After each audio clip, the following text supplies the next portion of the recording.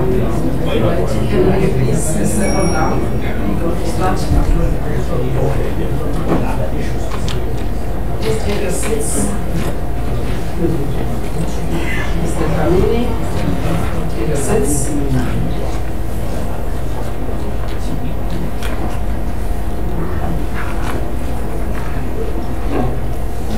Good morning, ladies and gentlemen, and welcome to this public hearing. This is the hearing concerning 3 applications filed by ESCOM with Nersa.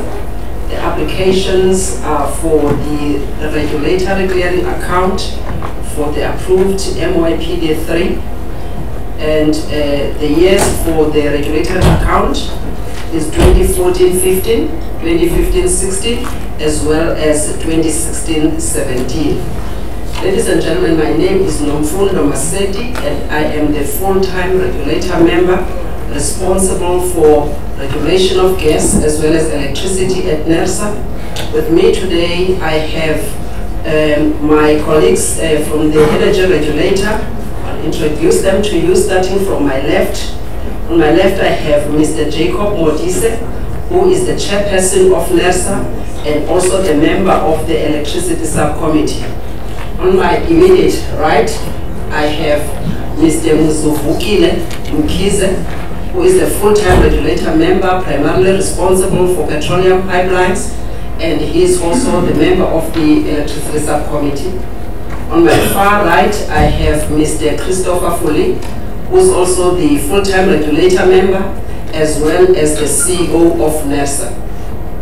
Ladies and gentlemen, still on the introductions, I also have another member of the energy regulator, a part-time member, Mr. Yusuf Adam, sitting on the front row there. He's the part-time and also participate in the final decisions of the energy regulator. We also have other regulatory authorities here today to observe Nersa's proceedings, and we have delegation from the Swaziland Energy Regulatory Authority. I do not have the name, but I would appreciate if they could just wave so that people can see them. All right, there you are. Ladies and gentlemen, the public hearings as well as these applications were published in various newspapers, including Sowetan, Business Day, Sunday Times, and they were also announced in various radio stations, including provincial as well as community radio stations. Please note that today's proceedings are governed in terms of Nersa rules for public hearings, which I am going to summarize to you now. I would like to inform you that all the presenters that are going to give us their presentations today will do so under oath. And they are also assigned or allocated 20 minutes to do their presentations. Only the members of the panel that we have today here that are allowed to ask you questions to the presenters. However, if there's any member of the audience here who has an issue or a question that they would like us to pose to the presenters, please write that question on a piece of paper, and you can hand it over to the gentleman right there at the back, Mr. Eliezer Dlamini, who will then bring that piece of paper to us here, and then we can decide as the panel as to how we are going to put the question. If there's any information that the presenters consider to be confidential, please indicate to the chairperson so that we can decide whether to clear the room so that we can hear that confidential information. Ladies and gentlemen, today's proceedings are recorded by the electronic microphones that we have here, as well as the live stream over there, and that will be the official record of these proceedings, which we'll take into consideration before we take the final decision on the 3 applications. At this point in time, ladies and gentlemen, I would like to invite the person who is going to inform us about the evacuation procedures should we be required to do so. The name of the person that I have here is Ms. Desiree Mulumane. What do you think? Good morning, everyone. My name is Desiree Mulumane. Welcome to Royal Property Hotel. If you leave Masli, you go up the stairs on the right side. And our lunch will be in our restaurant. You go up the stairs and on the right hand side. If you need assistance with anything, I'll be at the reception.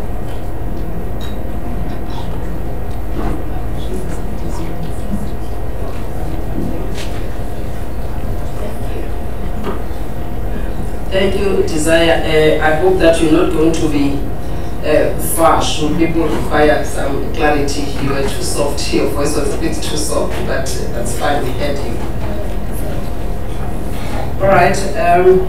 May I please request that you switch off your cell phones or put them on a silent mode, please, so that they do not interrupt the proceedings. At this stage, I would like to call upon ESCOM to come forward to give us the presentation as the first presenter of the day. I have Ms. Harsha Tlotla-Limaje from ESCOM for the presentation.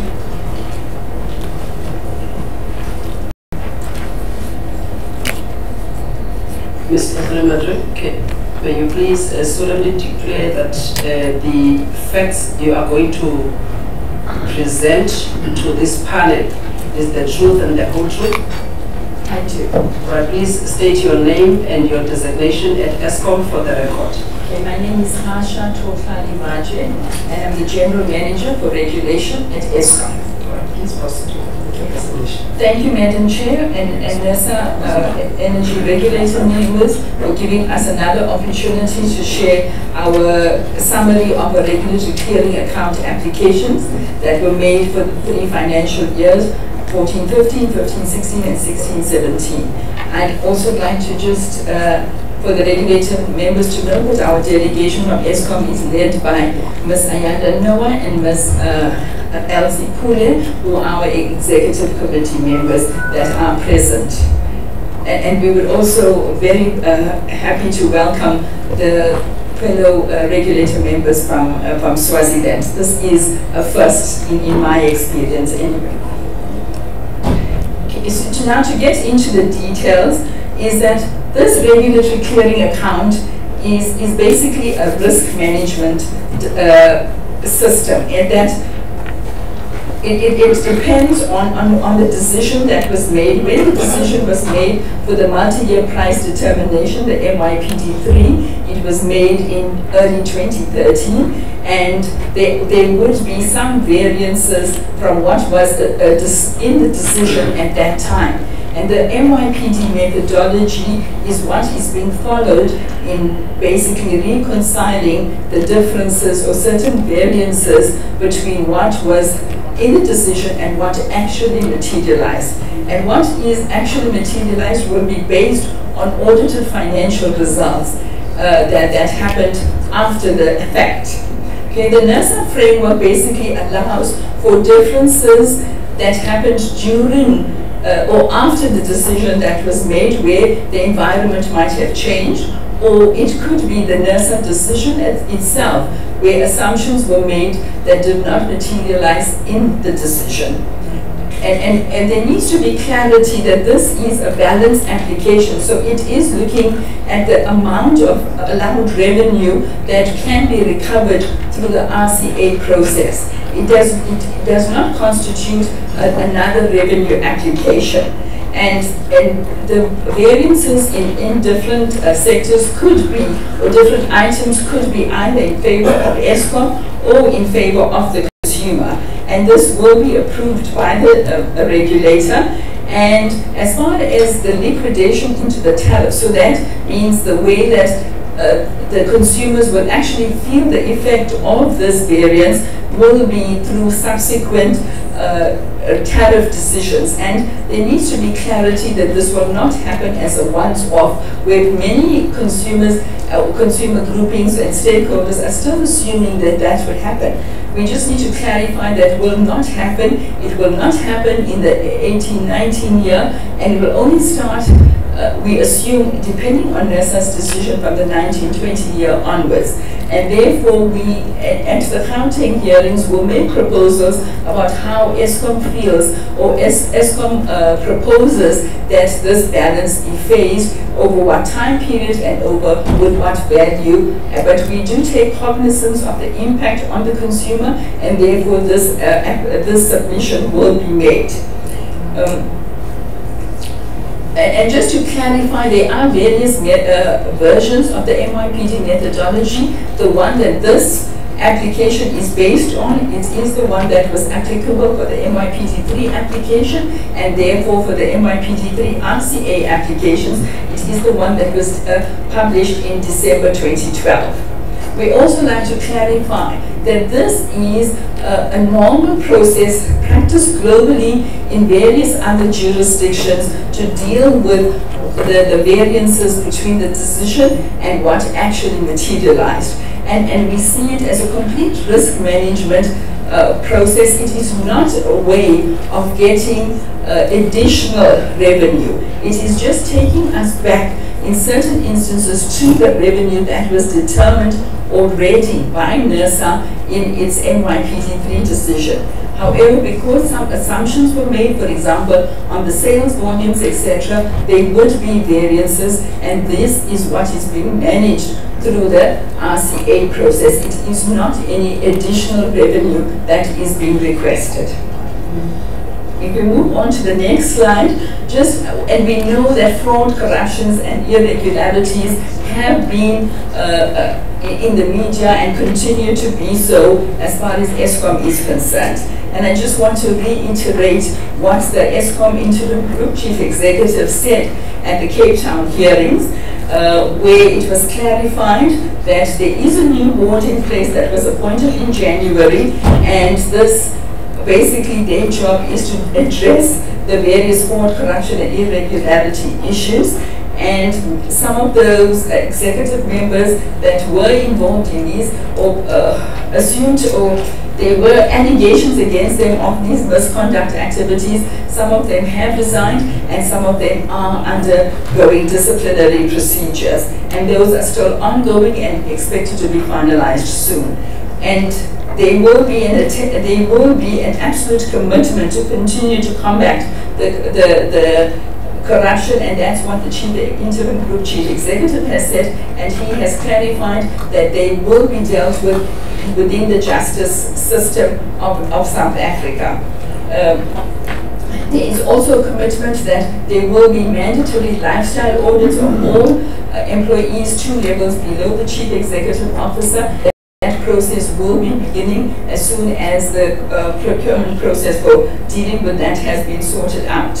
And another big issue that has been clarified since January this year is that no employee is allowed to do business with ESCOM. So either the person remains an employee of ESCOM or the person continues to do business with ESCOM, but can't do both at the same time. So that is a new thing that has been clarified and absolutely implemented.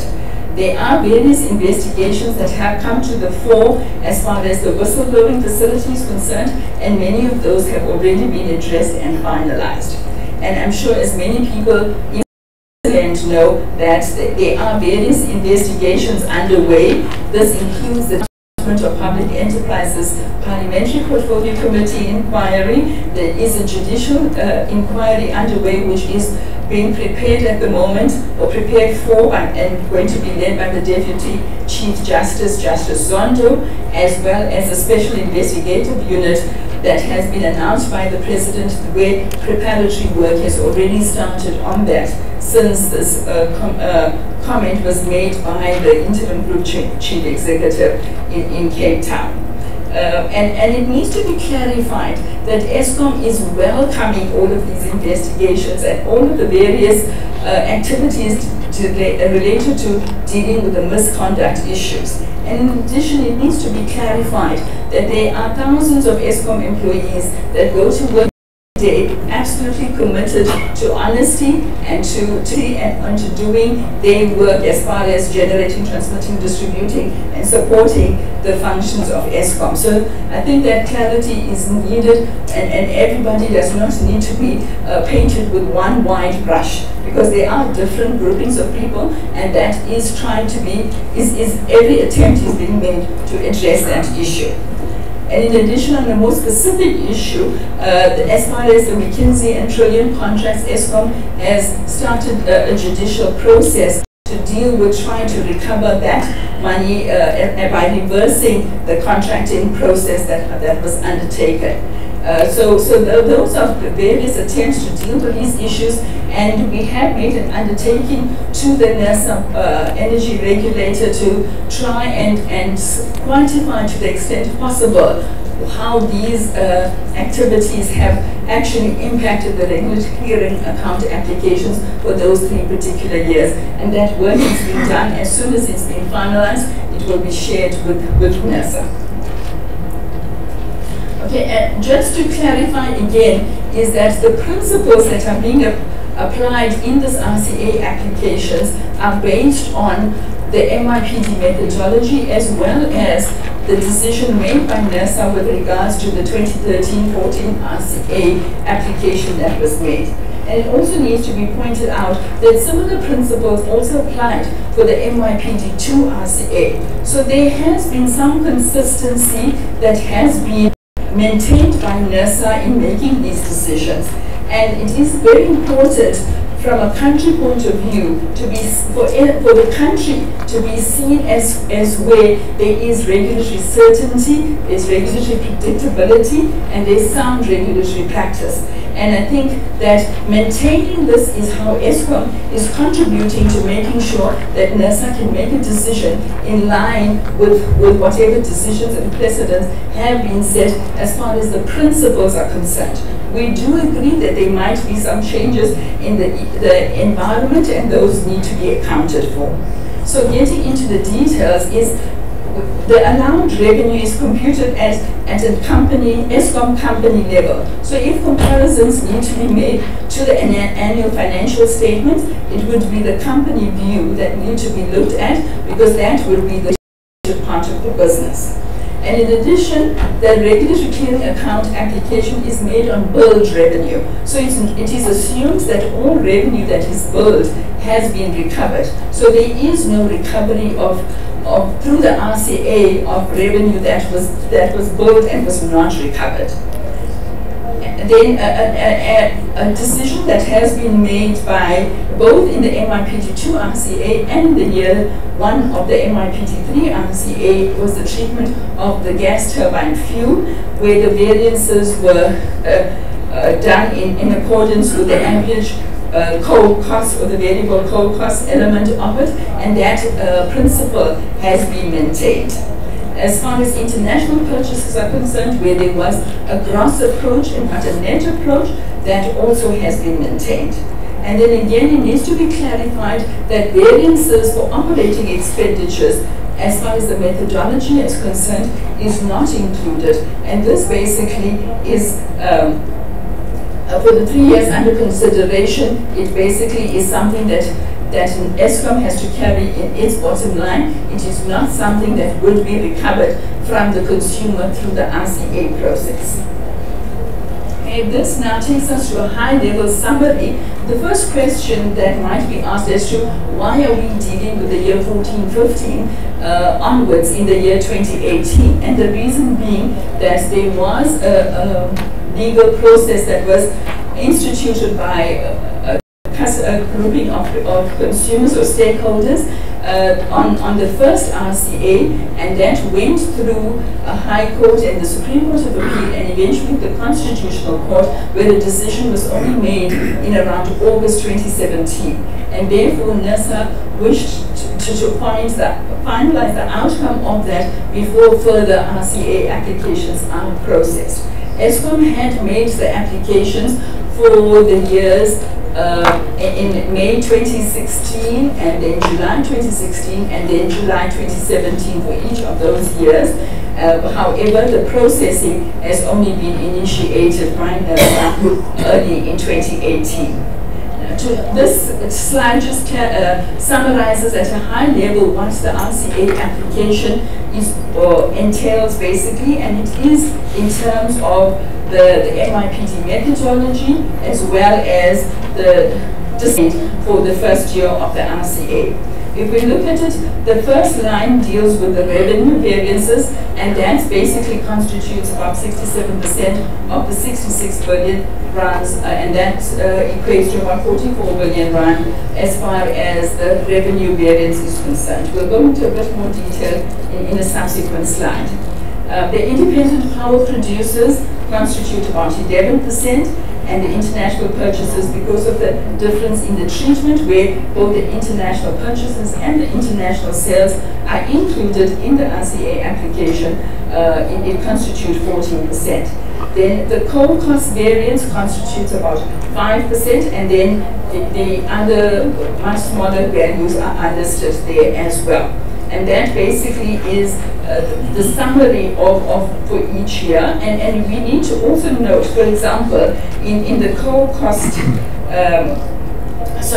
the open cycle gas turbine fuel variances, there is a difference in the first 2 years as compared to the last year. So this shows the, for want of a better word, the beauty of a risk management device, in the sense that it responds to the various factors that are occurring in the operational environment as well as in what the decision was during those particular years.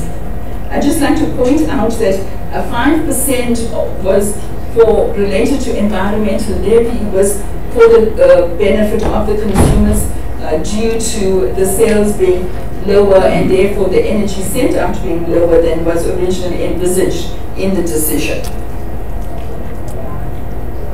Okay, so this slide clarifies the differences in the volumes of sales over those years, where the gray bars reflect what was in the decision and then the blue bars is what actually materialized. And there are various reasons, which include the downturn in the economy, the lower investor confidence, the elements of price elasticity, as well as commodity price variances that led to the sales forecast being lower than what Nersa determined in its decision. And as been clarified earlier, Eskom had provided a revised sales forecast prior to the decision being made in the NYPD 3 decision. However, Nersa decided to maintain the original forecast that Eskom had, and it had felt that those sales would be achieved, and therefore made its decision based on that. Okay, and then just to clarify the variance, going back again to the revenue variance, this is again maintained in the way that the decision was made for the NYPD3, and coincidentally, it was a similar process that was applied for the NYPD2 period as well. The international purchases is again, it does look like a big difference, but because of the difference in approach, where both the purchases and the sales are now included, it does look much more different than was originally envisaged in the decision.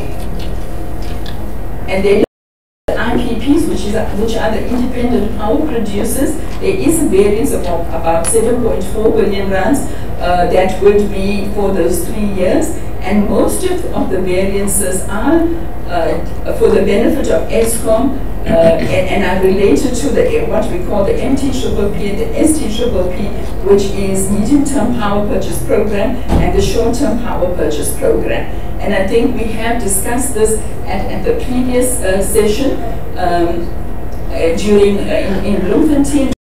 Why was it necessary to actually secure these particular IPP programs? And also just to clarify that it was in response to the medium-term risk mitigation plan, which is part of the Integrated Resource Plan 2010, where it was foreseen, even in 2010, that there would be a need to be able to have to run ESCOM's generators much harder than originally envisaged, as well as secure more independent power producer program energy to be able to meet the demand.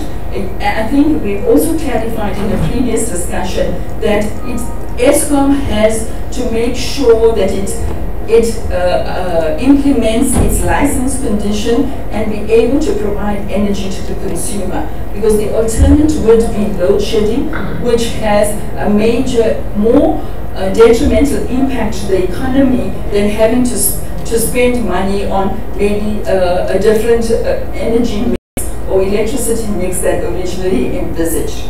It also needs to be clarified that as far as the IPP programs are concerned, both the short-term and the medium-term power purchase programs, these were approved by the energy regulator before they were implemented for each year that is under discussion at the moment. Sorry, before we move on to that, just to clarify, sorry, I'm jumping up and down, is there was also expectations that the Department of Energy peaker program as well as the renewable program will come in at a particular time, and that did not materialize, and therefore there are variances that have occurred due to that. So there is a timing and a price differential as well. I think we've discussed the coal costs at length in the Kimberley hearing, but just to clarify that there was utilization of less coal as from a volume point of view than was originally envisaged, and that's obvious in the sense that less coal was used because of lower sales volumes. But there is a price differential in that there were different categories of coal or different coal contracts that were utilized due to the prevailing conditions on the availability of the particular generating plant, and that resulted in a price variance as far as coal costs are concerned. And if you look at each one of the years, you would see that in the first 2 years there was a variance, a total variance, when we look at coal costs holistically in favor of ESCOM, and in the last year it was in favor of the consumer. That again just shows how the risk management device actually works. If we look again, we've also been into the details of the other primary energy at the Kimberley hearings, but just to clarify that the water costs were lower than originally anticipated due to costs incurred in the actual cost rates being lower than what was assumed in the decision. The startup gas and oil, there were further use of startup gas and oil due to the nature of the generators that were available that needed to be brought on when needed due to more severe unplanned outages and also due to certain plant outages, and that resulted in a higher number of startups. Again, as far as coal handling is concerned, is that there was additional coal handlings, and we found after doing further investigation is that a lot of this was related to the Dupi coal silo collapsing that required the movement of coal in alternative means. And again, we are aware of the question that has been raised by the regulator members to provide more information on the insurance as well as what has actually happened in the outcome of the investigation. We are sourcing that information and will make that available within the next few days. Water treatment was again, because of the quality of water treatment that came into the power station, further chemicals were required to basically treat the water to be able to use it in a way that's conducive to be used in the power station environment.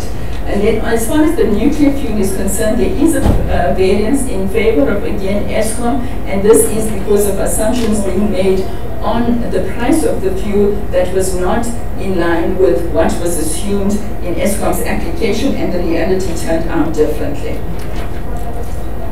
Okay, and then we come now to the open cycle gas turbines, and we have discussed this as to what led to the further use of open cycle gas turbines, especially in the second year and the third year of the NYPD3 period, and what measures were taken into consideration before resorting to open cycle gas turbines. And those include basically ensuring that the utilization factor of Eskom's power stations were actually maximized to the best of its ability under the circumstances, and then resorting to the use of further IPP programs, trying to deal with more efficient use and various other factors before the open cycle gas turbines are used. And just to clarify that the first, on the left, we talk about the volume of open cycle gas turbine fuel that was used, and the right of each graph is the price associated with the actuals as well as what Eskom is applying for. So you will see that the pink bars refer to what the actuals were first with the volumes, and then with the costs associated, and basically what is being recovered is for the volumes beyond what Nersa had assumed had included in its decision, is at a coal cost equivalent. So basically, each of those 2 years, Eskom has funded that through its own means and not asked for a reconciliation through the regulatory clearing account. So a similar process for the second year of the 15-16 year. And then in the 16-17 year, the use of open cycle gas turbines has actually reversed its trend from the previous 2 years, as well as the first year of the RC, of the MYPD3 period, where basically much less open cycle gas turbine fuel was used than originally anticipated in the decision, and therefore there's a variance of 1.2 billion approximately in favor of the consumer. So again, this shows that the changing environment.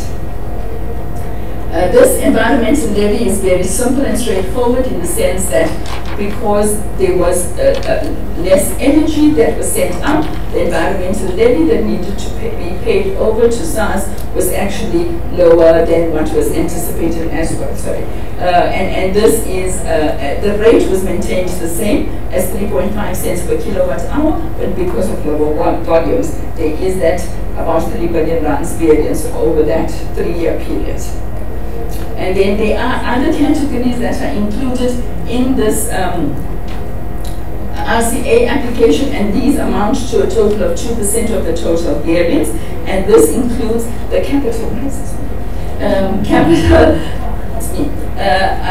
this includes the capital expenditure clearing account, where the variance in the return that was assumed, and because of the difference in the delivery of the capital expenditure program, there is about 1.1 billion rand variance over the 3-year period. The energy efficient demand side management, there is a variance in favor of the consumer of about £500 million.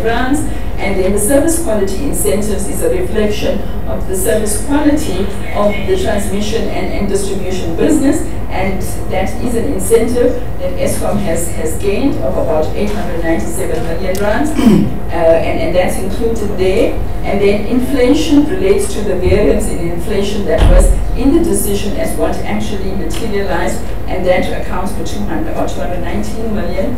And the other income that's included in there, which is income from other sources, which accounts for a variance of about 682 million rands in favor of the consumer, and that is the total at a net value about little less than 1 billion rands as far as the other categories are concerned. And so in summary, Eskom has made sure that it had maintained the decision of the first year and made sure that it implemented the MYPD3 decision in making its application. And also to clarify that these values that are included here are only included after the annual financial statements are audited, and therefore the timing of it can only be after the announcement of the annual financial statements. And again, to summarize again, to 67%, which is about 44 billion rand, is related to the revenue variance, and then 11% is related to the IPP and costs, and coal costs are 5%.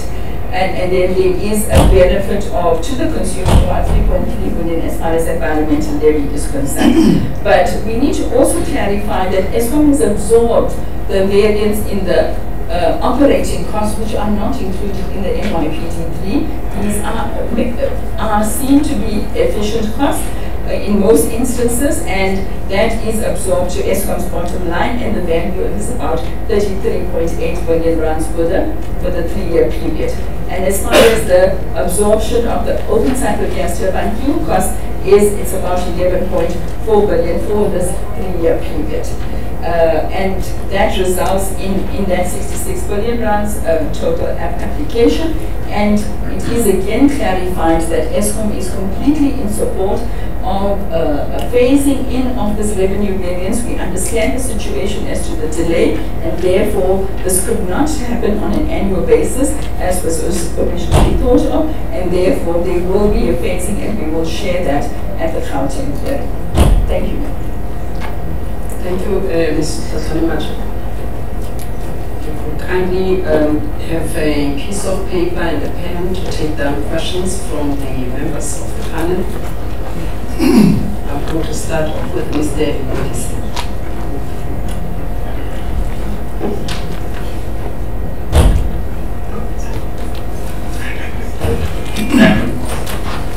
Thank you, Ms. Tlhonimatshe. I know we've been engaging with one another for the last couple of weeks, so I'll only limit the questions to just one of the statements you made in your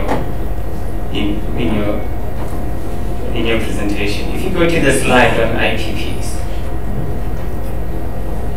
you made a statement a few minutes ago saying that, and obviously at the top there, I know the way you've written this, you say it will be a pass-through, which is very confident. But the question that I just want to ask is you made a statement that this was all planned, that in fact the use of the IPPs or the use of this extensive use of IPPs was all planned. And I just want to be to understand very clearly how you come to that conclusion. I know you mentioned the RP 2010 in here, because in my mind is the amount that was expected to be used was already included in your application and it was approved. This is excessive use of IPPs, and that's why every time you had to come to us and ask for approval. And so I just want clarity on that. But most of the other questions, Madam Chair, as I said, I've already asked other sessions, but I just think we probably need to engage a little bit more on some of the plant utilization and stuff. Thank you, Mr. Mkisa. Thank you, Chairperson, and thank you very much for the presentation, Mr. Mpumalanga. I've just got a question that refers to some of the issues that you raised in the previous hearings that I don't see clear-cut response, because for some of them it's not a question of you maybe going to detail in terms of how they need to be answered, but just to be clear with your stance as Eskom. There is still no clarity on your stance regarding how the fraud and corruption would be factored in, noting that the RCA's decision will precede the conclusion of investigations that are currently underway. On slide 9, you talk of startup gas and oil utilization, which by and large also constitutes what one would deem to be the inefficiencies. It's likely to do that. What one would deem to constitute the inefficiencies of Eskom. And therefore, it should be clear as to what position you take in regard to the allocation of those costs, and so you don't punish the consumer for the inefficiencies or operational shortcomings of ESCOM itself. And I think that also this is in general with regard to the figures. There seems to be a presentation of what transpired during operations vis-a-vis what was planned, and saying that this did not meet the plan, and therefore those costs need to be either be allocated in favor of the consumer or in favor of ESCOM. But there doesn't seem to be clarity in terms of why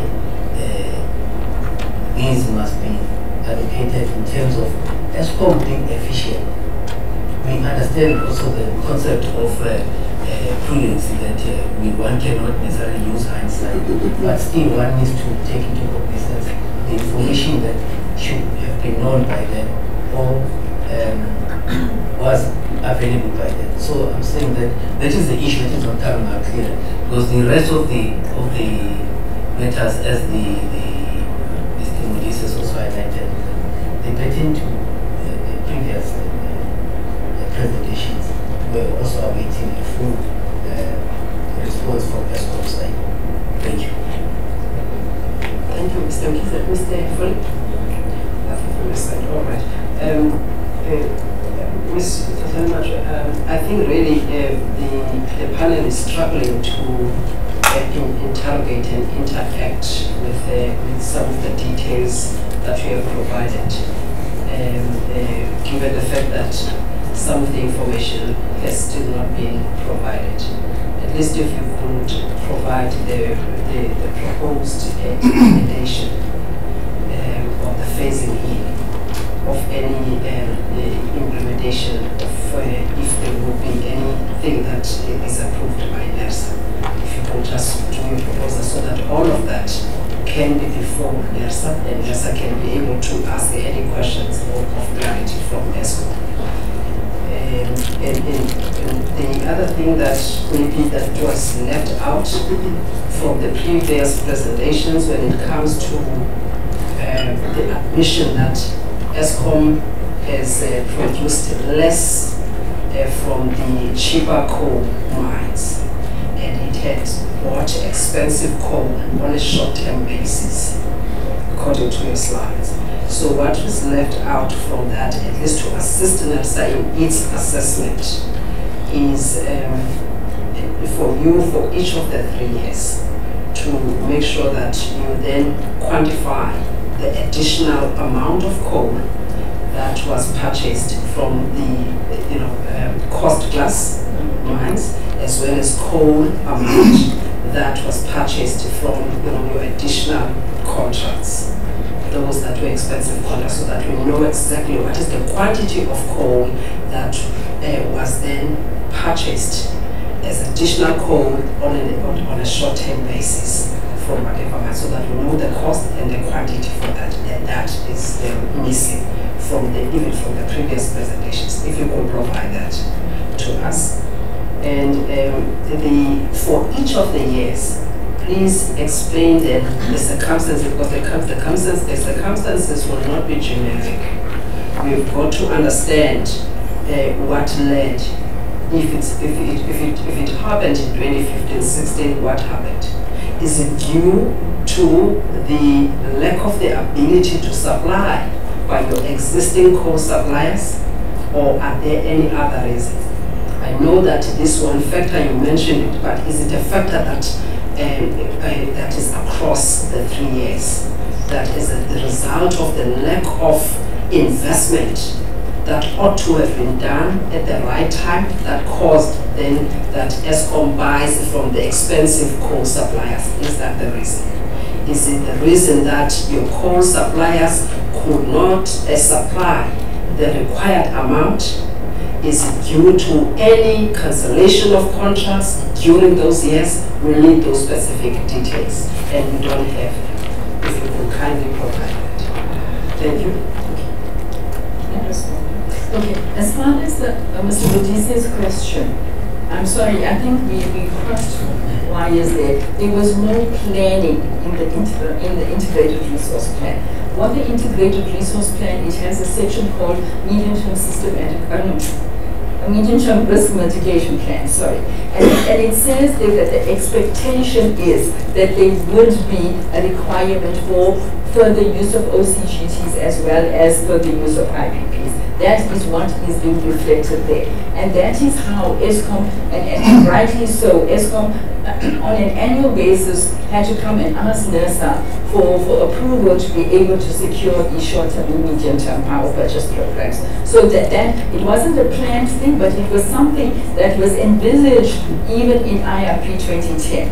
That's the point that was being made. And there was approval got in terms of Nersa's other cost recovery for power purchase program regulatory rules, where ESCOM needs to, or any entity needs to get approval before being included in an MYPD or equivalent kind of application. So that's, I hope, clarifies that context. It's not that it was planned, and I think we also found in I think it was the MYPD2 decision of Nersa where it was actually indicated there will be a constraint in the environment. So it might have been an incorrect use of the word planned. It wasn't planned, it was more envisaged. But the reality turned out on an annual basis where ESCOM realized that this was an option to be considered. And Mr. Govender, in his presentation on Friday, did refer to whatever IPPs were available were actually secured, because that helped to manage the supply-demand balance. So that is a situation that was mentioned in that session. Okay, as far as Mr. Yes, I think, just to clarify, I think the message that is not coming out is that the only reason you utilized the short-term and medium-term power purchase programs is because your client was not available to generate electricity. And secondly, is because you missed your deadlines with regards to your business program. So that's the fact that it's allowed or allowable or it's allowed in the IRP 2010 is not in dispute. And the fact that that when you made your application to Nersa during your MIPD 3 tariff application, you actually in your production plan indicated when you're going to need them and when you're not going to need them. And that was approved by Nersa in the initial MIPD application. The only reason you have these excess funds is because you miss your deadline in some clients coming into line, etc., requiring of you to keep approaching Nersa rather than switch the lights off. So that's actually the reality. Do you not agree? Mr. Modise, next time please don't miss any of the public hearings. Your continuity is very important. And you are absolutely right, and that's exactly, if you ask your colleagues, that's exactly what we shared in the last public hearing for about over an hour. So there was reasons and understanding given. And remember, this is what the RCA is about, and you mustn't get away from that. Yeah?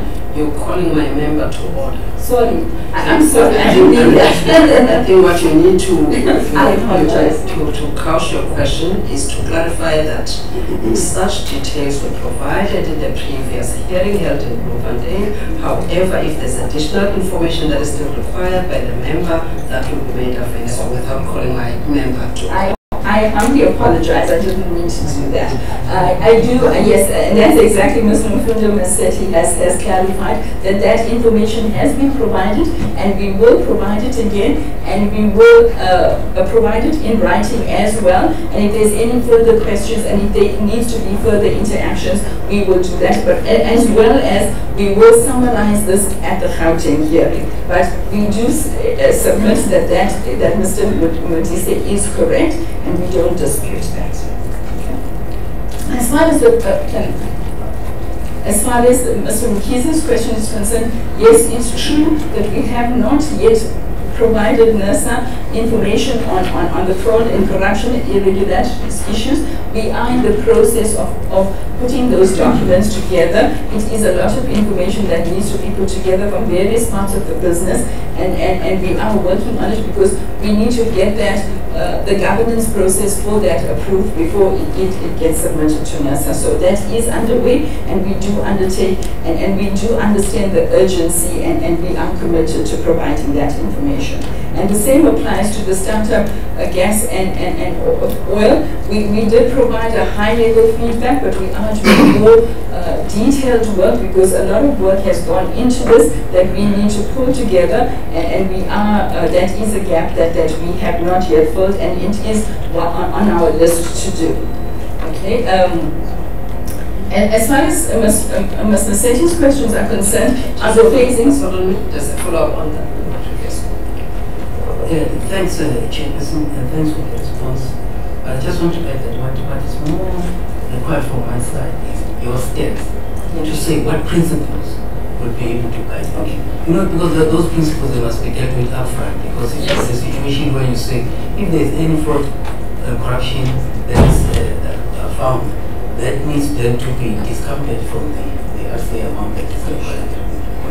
And I think the same goes with the fact that you have you struggle to meet demand that was lower than expected, and then one needs to ask himself a question in terms of the supply side of things to say, were you in a position in any case to have met the demand and the demand realized the way it was expected?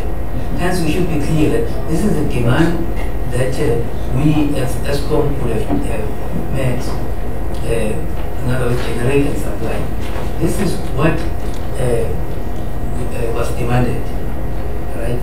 Because it doesn't mean that even the expected demand, if it realized, ESCOM would have been able to meet it. Maybe if things panned out the way they were expected, it was going to be a disaster. It was actually a blessing in disguise that demand came out lower than what was expected. So I'm saying that please take into cognizance that and respond accordingly.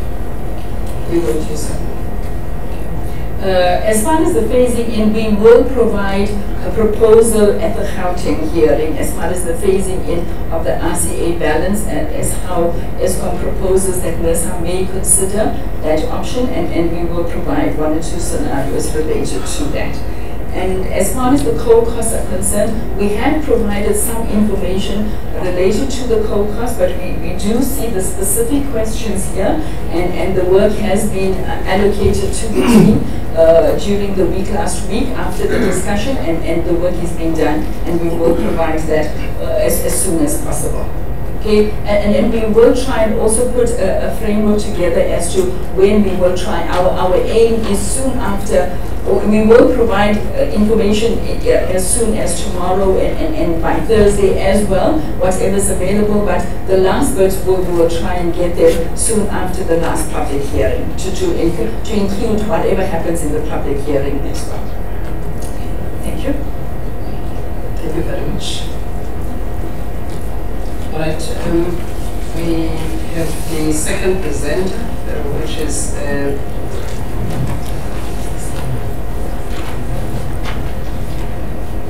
Mr. Mpumalanga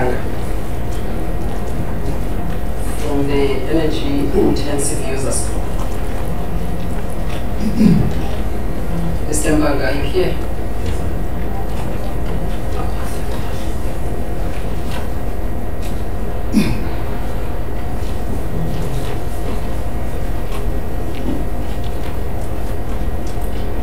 Do you have any objection in taking the floor? Please raise your right hand, and if you could try and speak or adjust your mic. Do you solemnly declare that the facts you are going to present before this panel today is the truth and the whole truth? Yes, I do. All right, please state your name and your designation at EIUG. My name is Mpumalanga. I'm the Chief Executive Officer of the Energy Intensive Users Group. All right, please proceed with your presentation. Thank you. Chair, this is a living document, and it continues to change as we continue with these proceedings.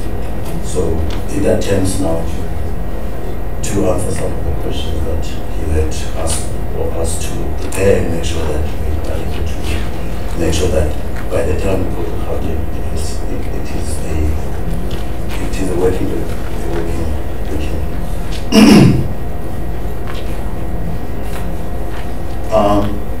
Today I'm going to talk about briefly who we are. I think most of the audience understands the slides and our key message. They both will talk about some of the questions that they've asked, and I want to make sure that we capture them in a correct manner. The summary of the RCA analysis, the revenue analysis, and again we try there to explain why we say what must be the allowed amount, and then the local reviews and coordination and other issues and the conclusion. Chair, we use 40% of ESCOM's energy. We contribute about 20% to the GDP, and our main focus is affordable and sustainable energy pricing, the security of supply, and the quality of supply. Our members are spread everywhere. This is why I'm here, to make sure that we support our members. The key message is that AIG members companies cannot absorb any further price increase whilst remaining in business. The AIG analysis established that only up to 40.5 billion cost recovery could be allowed in terms of the RCA rules. We understand the RCA rules, so we don't want to say that you must not operate outside the RCA rules. So we want to justify this. However, Nersa must determine whether these costs have been prudently and efficiently incurred, because the AIG does not have adequate information to make these assessments. The AIG's view is that in making a decision, Nersa should also consider the capital expenditure overspent by ESCOM, 49.9 billion, to ensure that ESCOM is not permitted to pass through any costs outside the RCA rules.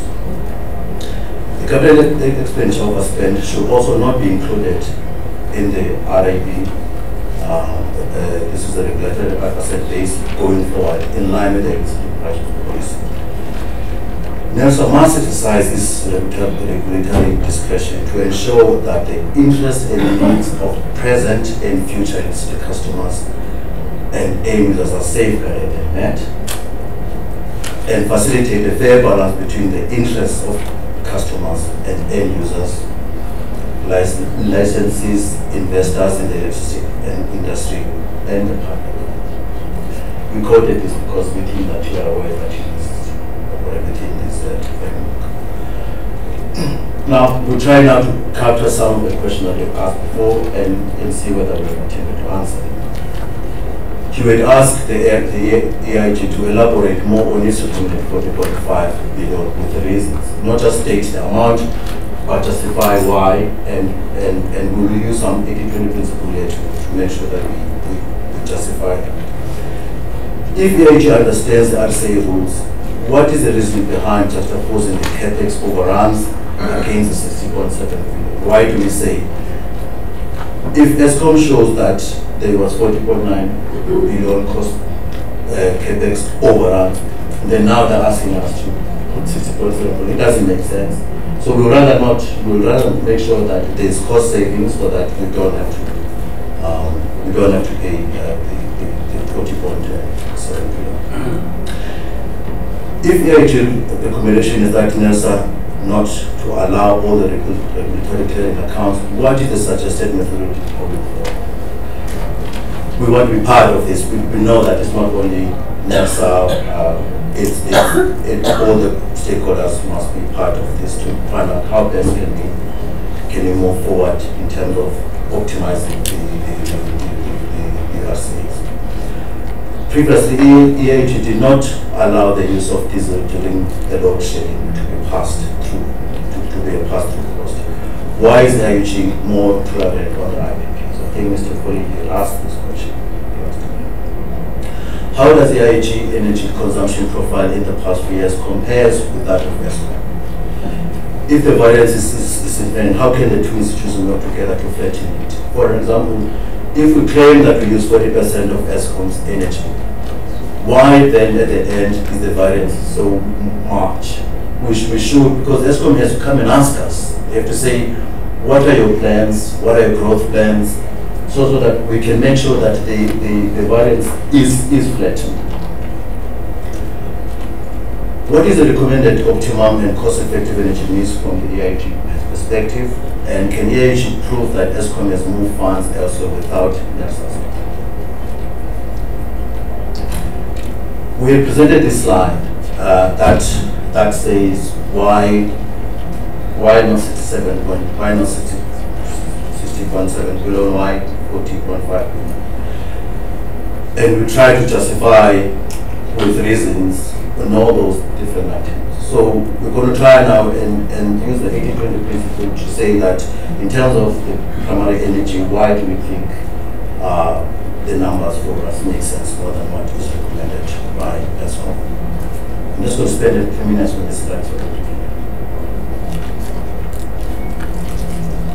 familiarize yourself.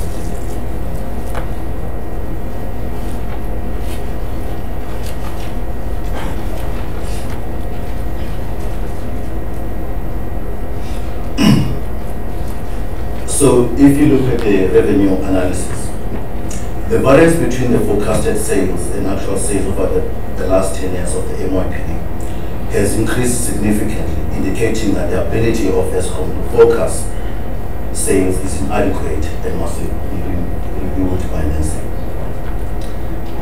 The slow-moving economic growth, energy savings, strikes, price elasticity of demand, closure of mines, smelters and other businesses have contributed to the decline in sales volumes. However, the unavailability of electricity supply from ESCOM, load shedding by ESCOM, load curtailment by ESCOM, and higher electricity prices were significant drivers behind the lack of growth and reduced electricity savings. Therefore, the IAG is of the view that ESCOM should only be compensated for the fixed cost portion of the revenue variance. Based on the MYPD application, the fixed costs are estimated to be 70% of the total cost. Nersa should accurately establish the fixed cost portion of the electricity sales and further align the clawback to the actual cost.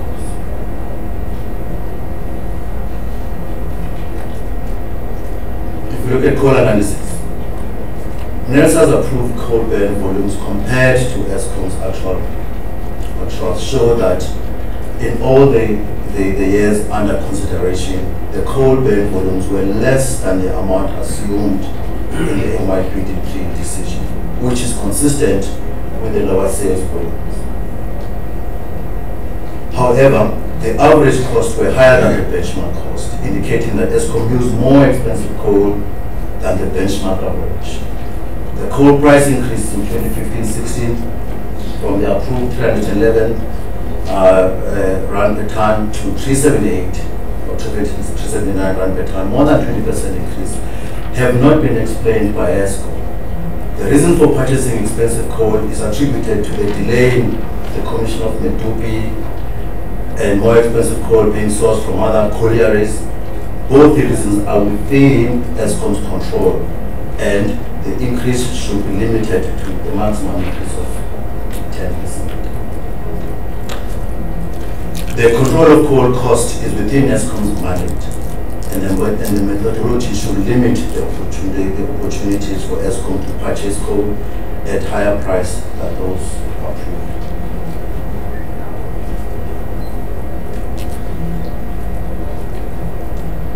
Again, this question came up the last time we presented. I just want to make sure to clarify that those asterisks are because what we submitted, we saw that they were error in the numbers and the numbers are corrected. The additional amount that was contracted by ESCOM, including ancillary service adjustment to meet the demand from these contracts, should be allowed, subject to verifications by Nersa that the payments were in accordance with the agreed contractual amount. So Nersa, we can only say this hoping that you will do your own discretionary analysis, but this is what we think from the IIG perspective. The Nersa question number 4 on slide 5. The IIG previously advocated for allowing only the coal equivalent cost for extraordinary OCGT operations, since the root causes for the extraordinary amounts of diesel and were under ESCOM's control and should have been prevented. However, the MTPPP and the STPPP pass-through should be allowed, since the programs followed due process with Nersa's support. The PPA resigned with Nersa's consent and Schedule 2 amendments of the relevant regulation licenses were approved by Nersa.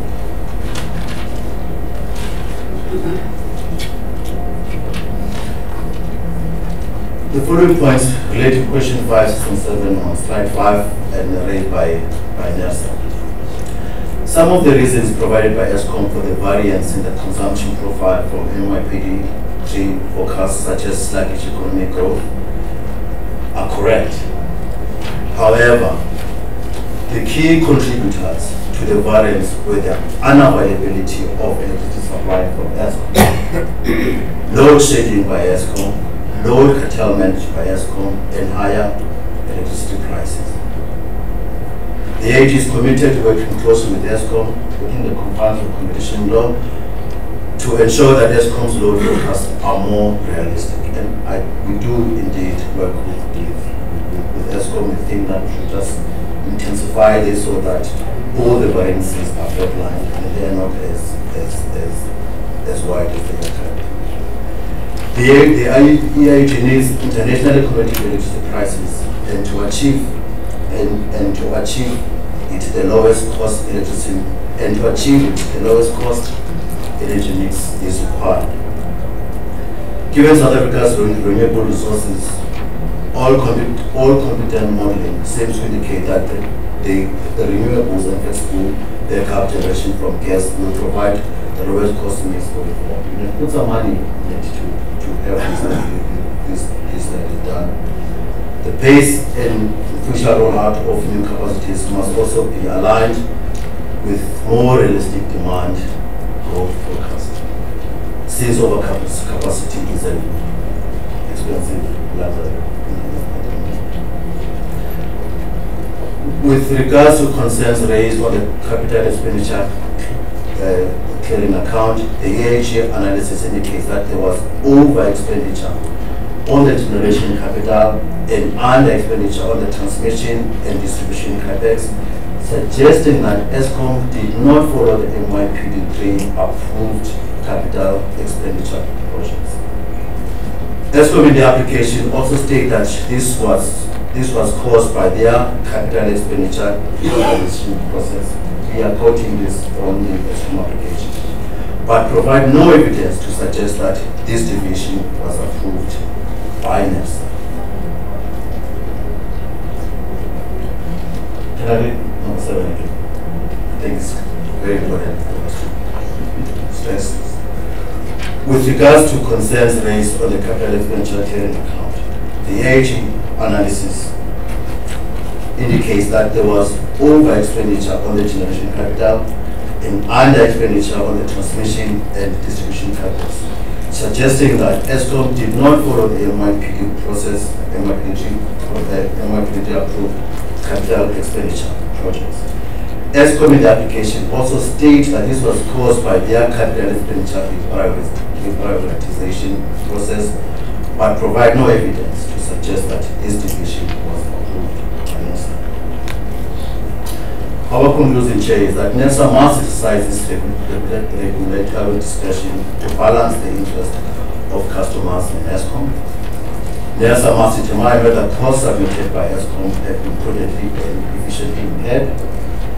DOE, Nersa, and ESCOM have not provided any form of price path.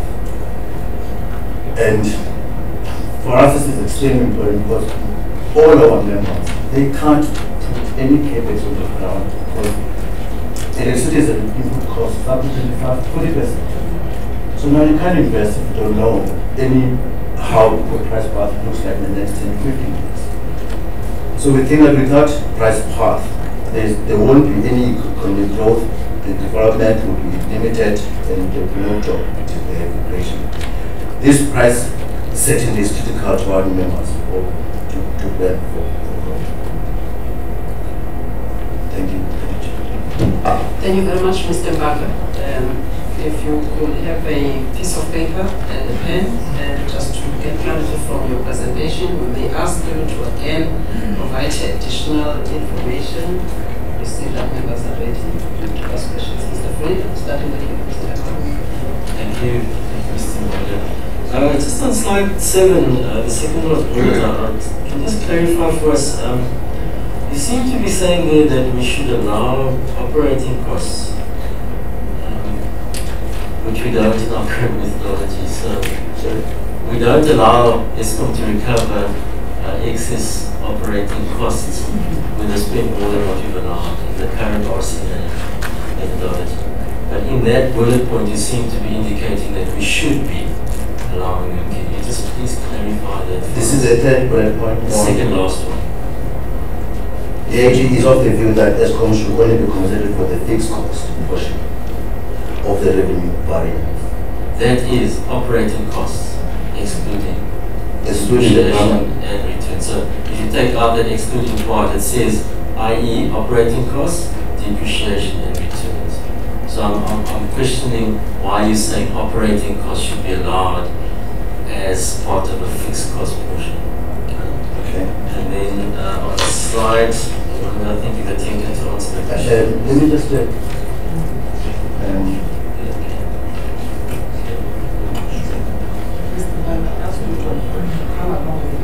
no, I do.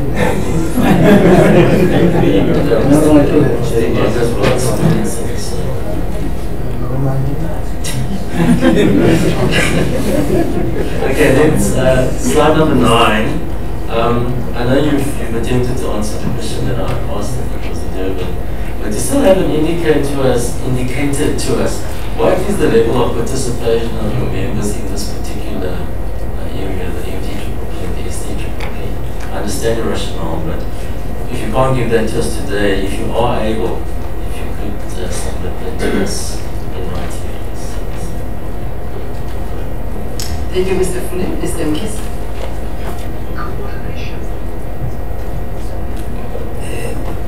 Thank you, Chairperson. Thanks, Mr. Mbaga, for the presentation. I heard you mentioning that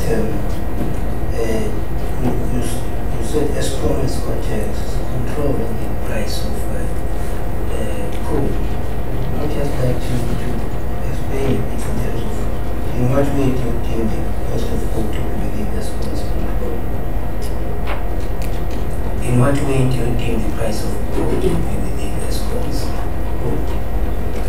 And then you spoke of only compensation should be for the fixed cost portion of the revenue, which is looking around 70% of being fixed, 30% variable.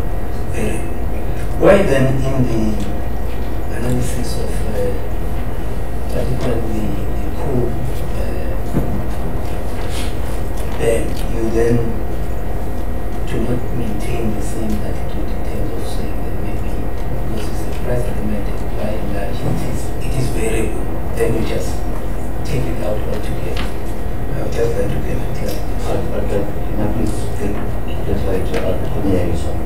I'm saying is that I'm looking at, you had indicated that the fixed cost portion of the revenue should be incorporated and not the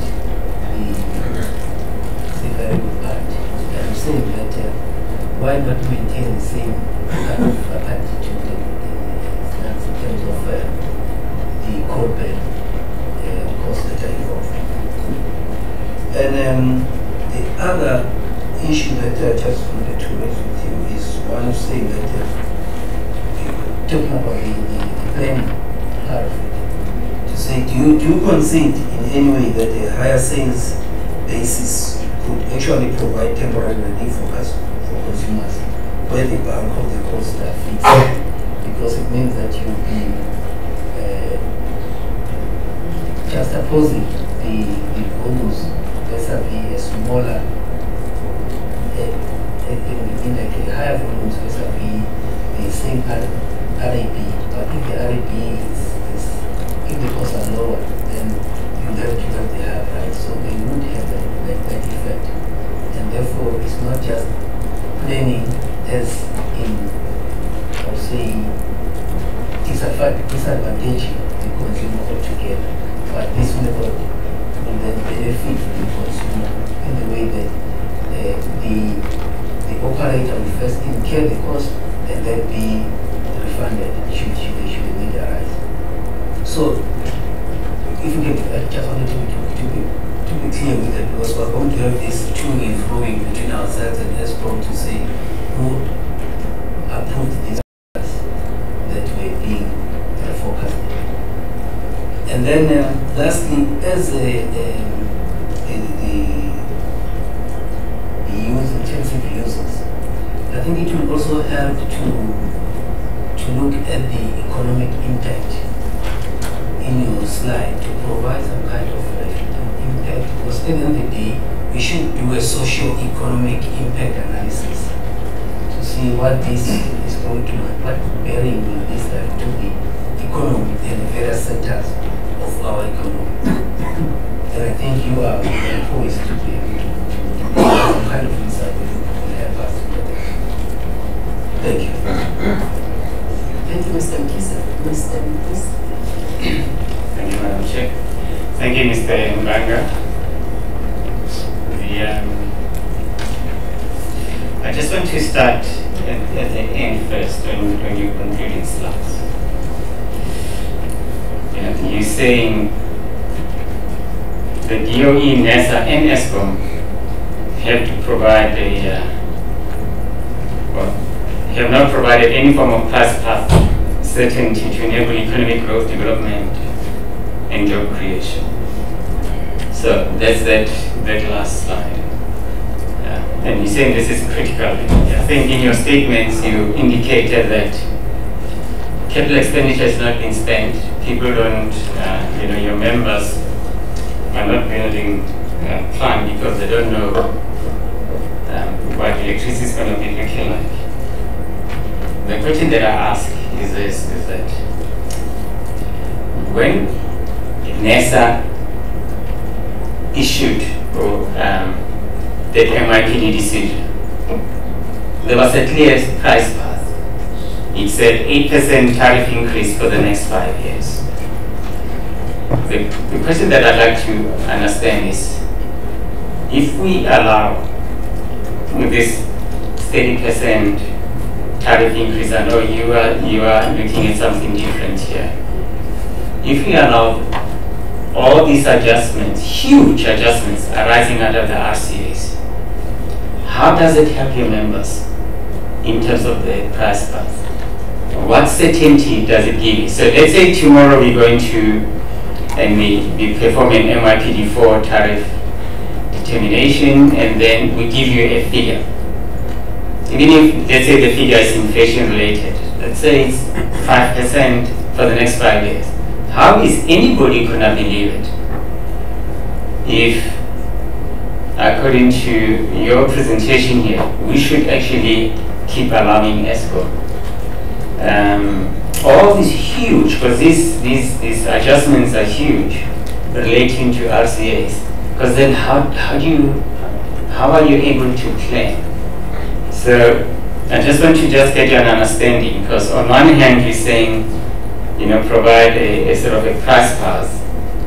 On the other hand, in your presentation you're saying, go and allow them that additional 40 billion that they're asking for this, only these 3 RCA applications. They had asked for some other amount for the first year of MIPD application. If I recall the figures, I know we allowed around 11 billion, but they were asking for 18 or close to 20 billion, another 20 billion. So there's probably going to be another RCA for the final year of price determination that's going to come out. So I mean, if you add all these amounts, you actually getting close to over 100 billion that ESCOM has asked for, in addition to what we have allowed for in the RC application. Now, the question is, how do you, let's say, energy-intensive users, if you seem to support this, how do we then give your members certainty on a price path? How are you going to believe us when we're saying the tariff for the next 5 years is going to be whatever amount we did, or 8% as we had done in this thing? So that's the first question that I just want to... Yeah, that was Yeah, but I think it's very critical because you are supporting at least 40 billion of this. And then the next issue that I want you to just understand is, I think I know you, in your conclusion, you're saying we must go and determine prudently incurred costs. So I'm just hoping to be working backwards. Now, what I'd like to understand from you is earlier on in your presentation, and we'll get to the slide, you were saying we must only allow capital costs and not operating costs. The capital portion relating to the increase in revenues. The question that I just need to ask, and that's the 70% that you calculated, I think in one of your earlier slides. The question that I need to ask you is what if that 70% is not prudently incurred? So should we not apply prudency in arriving at the prudency test in arriving at that figure that will represent the 70%? So that's just a prudency issue. It also relates to, if you go to the slide before this, that item 7 that you were emphasizing there, about the capital expenditure.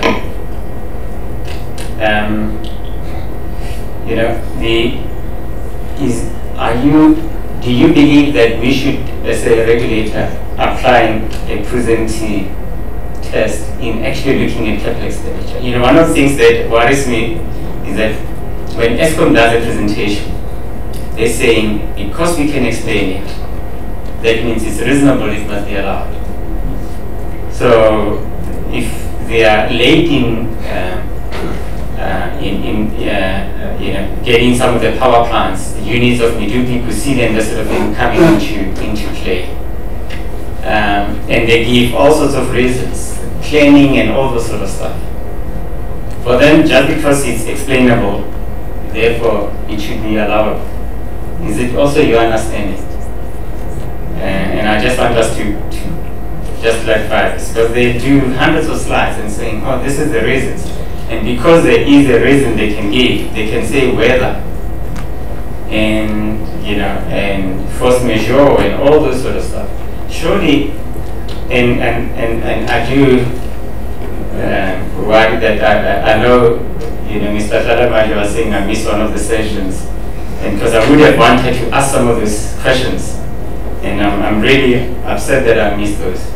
Because the fact that you said there was rain, Jesus, man. What kind of organization are we or at least ESCOM, is that when it does large-scale infrastructure project, does not have contingencies and plans for weather and things of that nature, and suddenly they result in many years of delays, and oh no, it's explainable, whether it's weather or labor strikes and this sort of thing. That's part of huge infrastructure project planning. So the question that I just need to ask you though is, ESCOM seems to be convinced that they have explained, and we will ask them to come and explain. Just because they have explained why there was a delay in Kusile, Medupi, and all those sort of stuff come into play, therefore all the costs relating and consequential that arises as a consequence of this delay must just be borne by the South African public. And I'm asking you because you are a 40% consumer of the electricity, so it's very critical that we hear your views on this. And then if you look at that item 5 on your slide there, I mean, you correctly say that, it's not just the economy that's resulted in ESCOM missing the electricity volume targets. It's also load shedding, load curtailment, and higher electricity prices. So the 3 other factors that you list on that bullet number 5, 4. So you're saying your users could not buy electricity because it was not there, it was not available, and there was load shedding, load curtailment, but also because the price was too expensive. Now, if that is the case, how is it that you are happy that you pay for something that was not available to you? So you wanted to buy the electricity. ESCOM could not make the electricity available to you. And what happened is exactly the opposite. Their costs went through the sky. They bought electricity from IPPs, which were some of the short-term power purchase program, this STTPPs, and it did not reduce their costs. Now, can you just confirm, are your users, are your members willing to pay more for electricity that you could not get? And and that's especially given that you're saying, remember those costs, those fixed costs that you talk of, gets split over the lower volumes, which means that you are still paying much higher tariff for electricity that you wanted, that you could not get. So I just want to get an understanding from you on this thing. And just if you go to the slide before where you talk about the MTPPs and STPPs, where you're saying they should be allowed because they followed Nersa due process. Do you think it's enough that they follow due process? Should we as Nersa not look at the underlying reasons why we ESCOM needed to use those MTPPs and STPPs? So if the reason is the plant was not available and all those sort of stuff, should the effect of all of those not be taken into account when we look at this? And then if you go to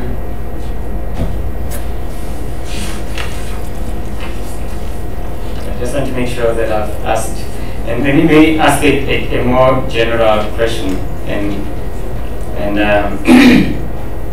maybe get your understanding, because throughout your presentation you keep mentioning costs that we should not allow because they are within ESCOM's control, and ESCOM's view is, at least in their presentation, is, if I know I've already asked this, because it's explainable, it should just be allowed. So do you still feel that we should listen to their view that it's explained and therefore should be allowed even if it's within their control or not? But you have general engagement. Last question is, you have engagement with ESCOM on a regular basis. Do you bring up all these issues that you raised in your presentation, including the issue of items that are within their control, and that therefore the public should not pay, your members or the public should not pay for the costs arising out of this? And if you do, what is the response when they deal with you on this? Thank you. Thank you, Mr. Mutisa. Mr. Mpumalanga, you have a handful of questions. If you will try to keep your answers straight to the point and concise to all the questions asked. Chair, will be able to answer some some of these questions because we know that we have to sit down with the council, go through his question, all the questions, and answer. And we have to do that because for us, it's not, we understand the significance of this process. Especially those technical questions that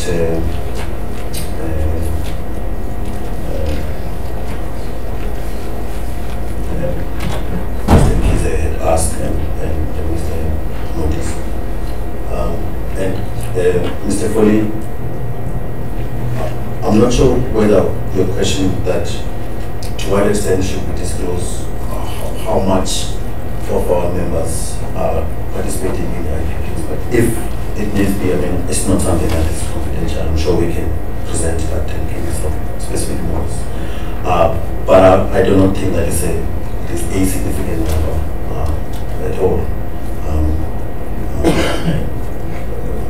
Please provide your response in writing, and we can get your response on Friday in Gauteng.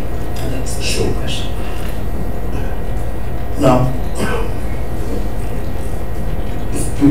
we always say it, and ESCOM knows that our members, AIUG and ESCOM are joining the hip. There is nothing we can do about it. ESCOM's success is our success, ESCOM's failure is our failure. So we cannot afford to make sure that ESCOM is not sustainable or it doesn't have cash flow. So based on the RCA rules as we understand them, we can say anything we want, that we don't want to pay anything and all that, but we understand the rules. So we apply the rules. The rules say that within fairness and discretion and all that, we can see the 40.5 million, even if it's painful, because we can't afford anymore. Our first slide says emerging member companies cannot absorb any further price increase whilst remaining in business. Currently, they can't afford. So we can't afford any 5%, 10%, or anything. But we have to play by the rules unless we all decide to change these rules.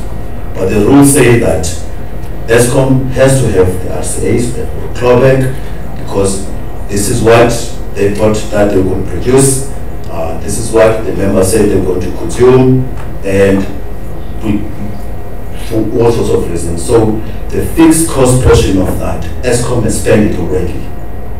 So we have to pay for that because they have paid.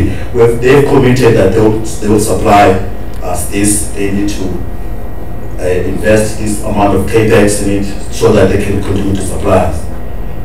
So we do understand the fixed cost element of it. We just don't understand the other cost element of it.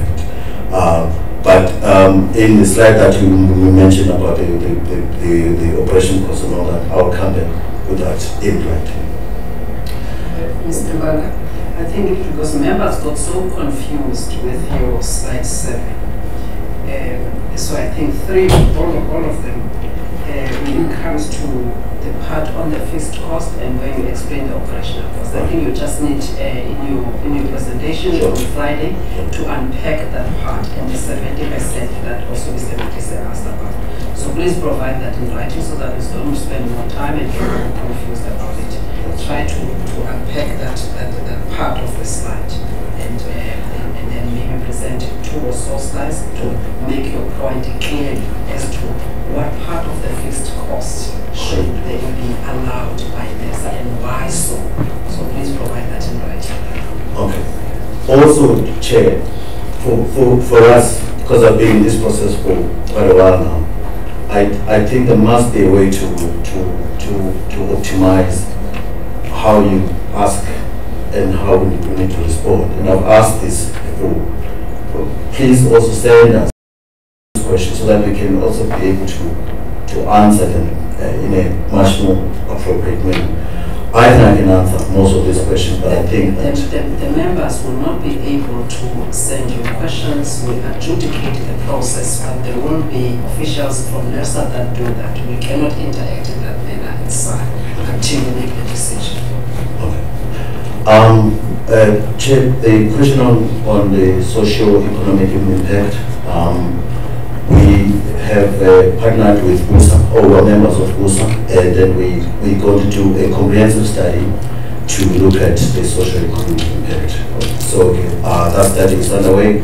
It should be finished in the next 5 months. And I'm sure we'll like everybody to have a view of that, especially Nersa and ESCOM. Most of these questions, Mr. Kize, and then the NTPPs and all that, I will respond to that in writing.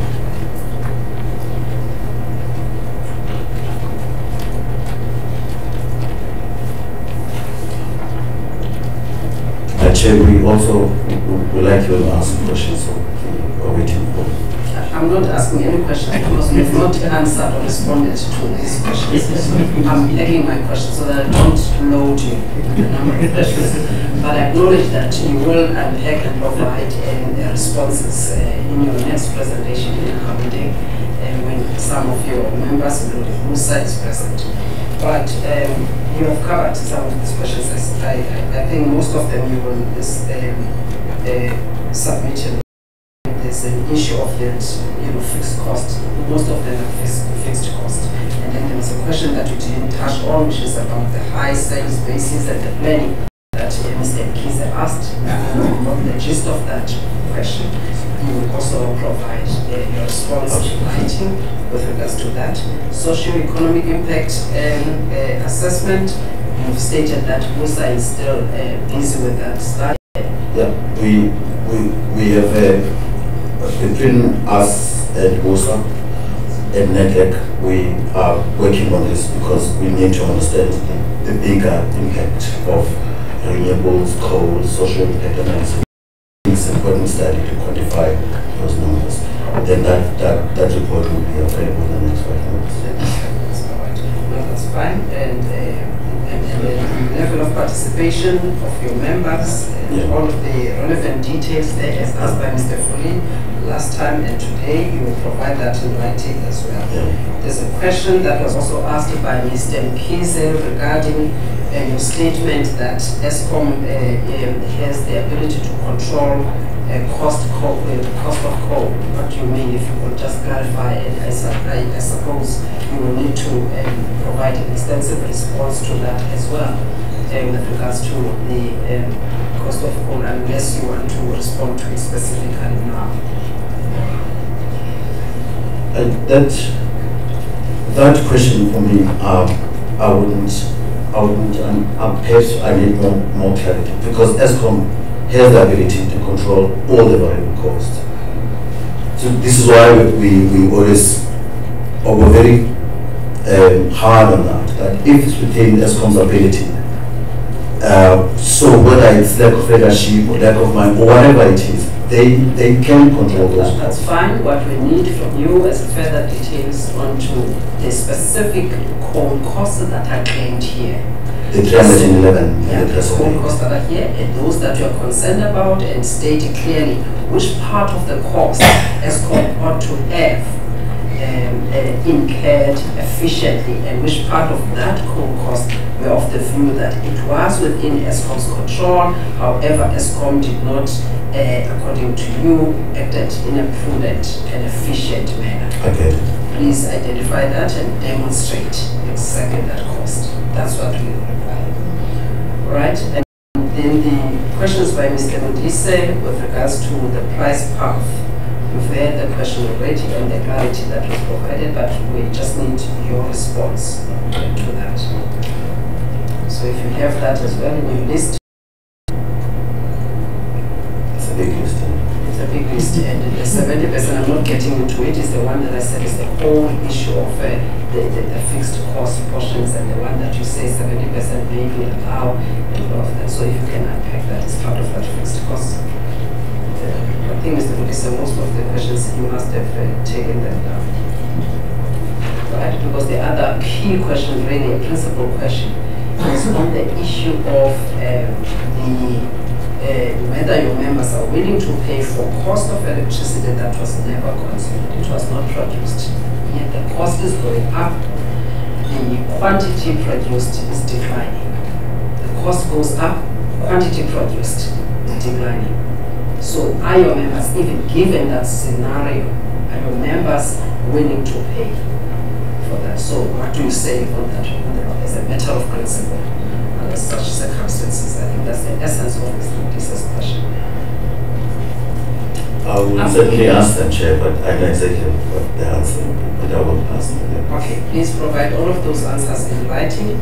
Mr. Mpumalanga, we thank you very much for your presentation and for your views. We now look forward to receiving all of those answers and the clarity. This is short, Chair. Thank you very much. Ladies and gentlemen, we're moving on with our program, and we have the third presenter for this morning. Still the morning, yes. We have Jean Leroux from World Sending Service, NPC. Mr. Leroux.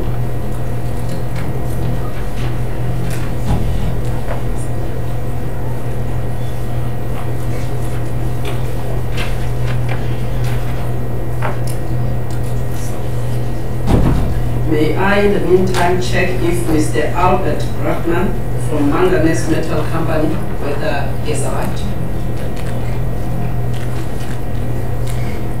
Mr. Leroux? Mr. Leroux, do you have any objection in taking the oath? Please raise your right hand. Do you solemnly declare that the evidence that you are going to present before this panel today is the truth and the whole truth? I do. Right, please state your name and your designation at World Sending Service, NPC, for the record. Dean Leroux, and I serve as the Executive Director at World Sending Service. All right, please proceed with your presentations. A warm welcome to the public, any guests here and the media, to ESCOM officials, to Nersa, chairperson of this hearing, commissioners, officials, duly appointed to regulate the energy industry and facilitating this process of public participation, which we really appreciate, and then also to other presenters who voiced their concerns. I think there's quite a lot of overlapping things. I'll just try to focus on exactly what concerns us as a non-profit. We are a non-profit since 1992, as a service provider to various projects, and we largely at the moment are assisting indigent persons through redistribution of goods, providing affordable housings, with the vision of using Maladi homes going forward as one of those options of affordable housing, amongst others, just merely stewarding what we have at our disposal. Where are we situated? We're just south of White River, but if you really look on a map, we're right in the sort of the epicenter of the Mpumalanga metropole.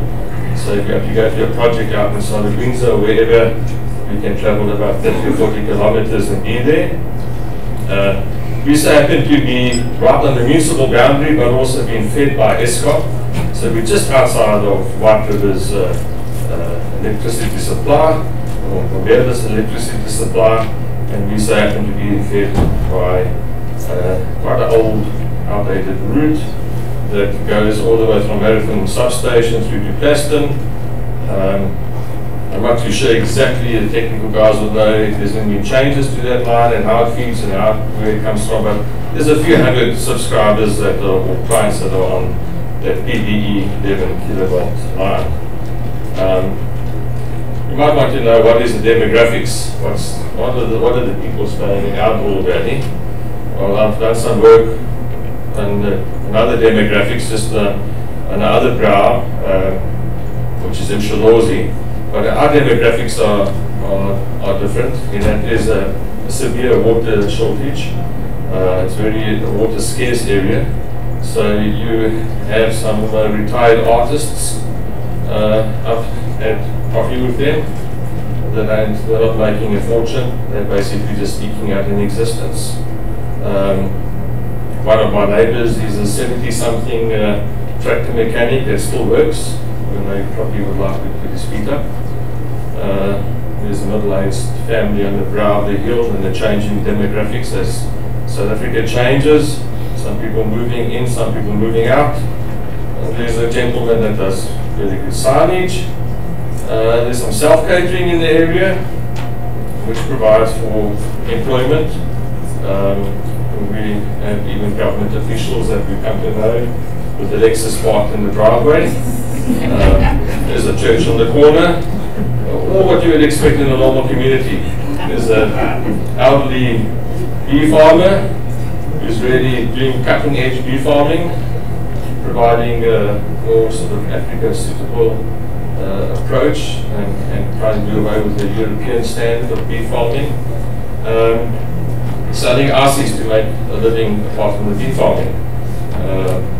Some family homes that we know of, and so we also have tenants that are staying on these small pieces of covered land. Some are young, some are middle-aged, some are elderly, and many of these are people that cannot afford a home in town. And we have a few farmers that manage to use dams and access to canals. So most of them are working class, and most of them, like me, don't have medical aid, don't have pension. Some are under debt review, fortunately I'm not. And some tenants even have to ride in water.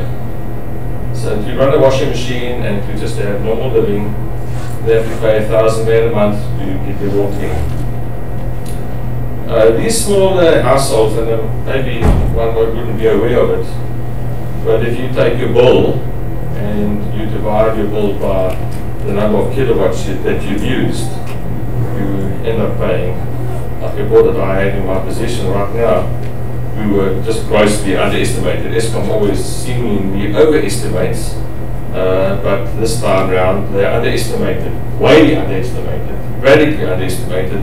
And so I've got a little bit of a picture of what a normal household will pay for electricity. I did the maths, and I'm not a mathematician, but it's 5.50 Rand per kilowatt hour. So just a normal small family, 3,000 Rand bill for Eskom.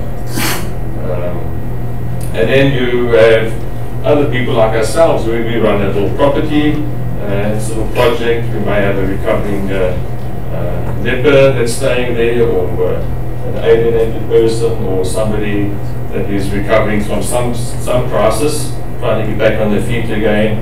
And because we use a few more kilowatt hours, we divide up the costs, and it works to around 2.52 per kilowatt hour at the moment. So our position on this RCA application is that we reject it. We reject the application. I'm not saying we reject the constitutional basis and the legality of the application, but we reject the notion that we should pay a penny more. Nersa should not grant any increases to Eskom under these provisions, as the underlying issues like underspending of fixed rate items or maladministration of funds should preclude or exclude them from having any increase. So let's just break down where we sit. So when I get a bill, and I've been getting these bills, and I have, thanks to Jonathan Baloy of Eskom, a nice broken down statement that he sent to me, because we were fighting and disputing about a deposit refund. And so he sent me from 2002 to 2017 at the time, all the statements in one nice big file. And so I had a nice long look at that. And but right at the moment, we are paying every day 22 Rand 13 cents for service and administration. Apparently that's to read meters, okay, and other service aspects. I'm still waiting for a full breakdown of those costs, but what Eskom means by service and administration.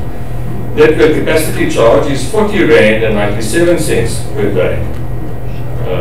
And if you take that plus 15% VAT, as it is now, you have 2,176 Rand 95 for any land rate user in our area. And that's just land rate 2, never mind land rate 3, which will be more expensive, and land rate 1, which will be a little bit cheaper.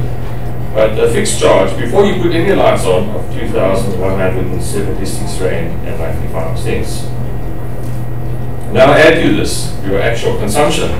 which is your network demand charge of 24 cents per kilowatt hour, and the ancillary charge, which I think is something to do with the environmental levy, and I'm sure ESCOM can tell you exactly what it is 0.3 of a cent.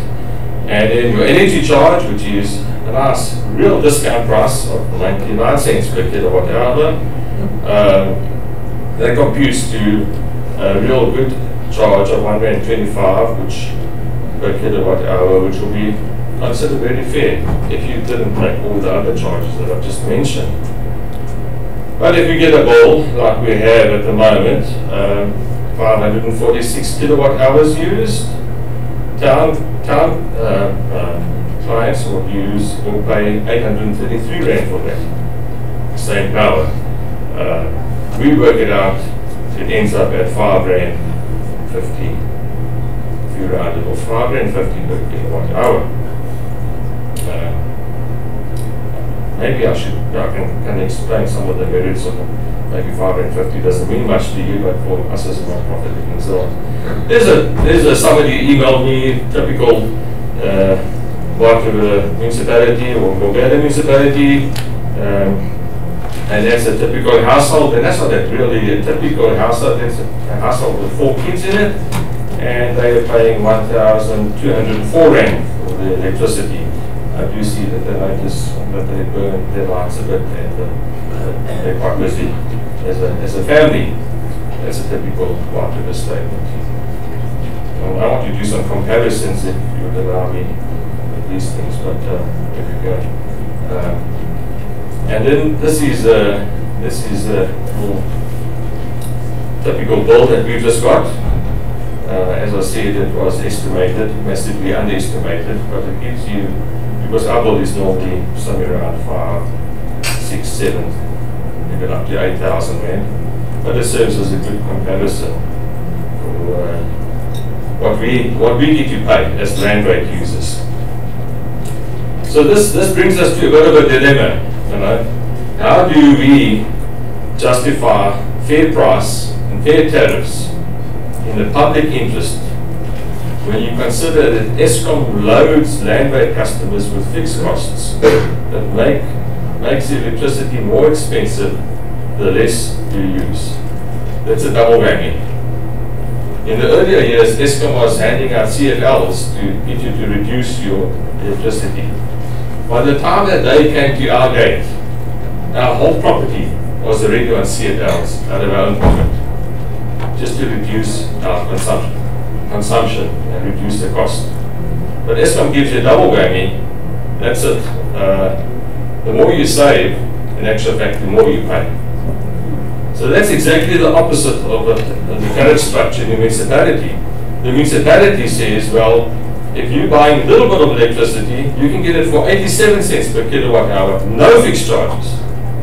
And you get to pay 1.75 if you're a bit of a bigger user, like the gentleman's household that I gave to you just now, where you'll be paying 1.75. And that's over 600 kilowatt hours per month. And then on top of this, ESCOM has this wonderful incentive that's on the website at the moment.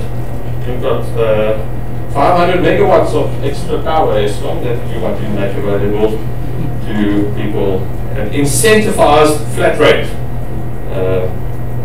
under the umbrella of this program, and I'm not going to go into all of that. You can get that from the website. But that comes down to our war with ESCOM for many years, and it's gone into the domain of Nersa, by virtue of the fact we got tired of speaking to ESCOM, and we've been negotiating with Nersa for a few years now. We still have an ongoing dispute with ESCOM. To give you an indication, you'll get the gist of it as I go through these next few slides. So we, as a normal citizen, assume that funds are allocated to maintenance as well as network refurbishment in accordance with the National Energy Regulator Tariff Guideline for fixed land rate costs. But we have reason to believe otherwise. And so the typing mistake there, not reason to believe her, but believe otherwise. And if these are part of monthly fixed costs per client invoice, so I get invoiced for a set cost, they should be so expended. Otherwise, that would be fraud. That is to recover amounts and misappropriate or fail to appropriate. I'm not seeing all of the slides, so excuse me. I think the presenters and the person has the full slides there. So where is our money gone? And I normally have a red jacket, apolitical, so you can believe what you believe, but I just like red. My wife loves red. Maybe she loves me more if I've got a red jacket on. And I know there's other people that say, give us back the money and so on and so on. But I need to ask the question this morning, where has our money gone? So over 16 years, and this is just an assessment, so I know I've said it under oath, but this is an assessment. In other words, I've just taken like one invoice in a year, multiplied it by 12 and multiplied it and totaled it up. And I got 203,000 rand for those fixed charges. Okay. And then I've paid, like the municipality and these other guys, I've paid 743,001 cent.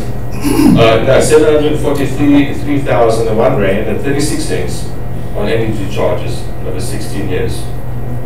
So, okay, after meter reading, what happened to the rest of the maintenance?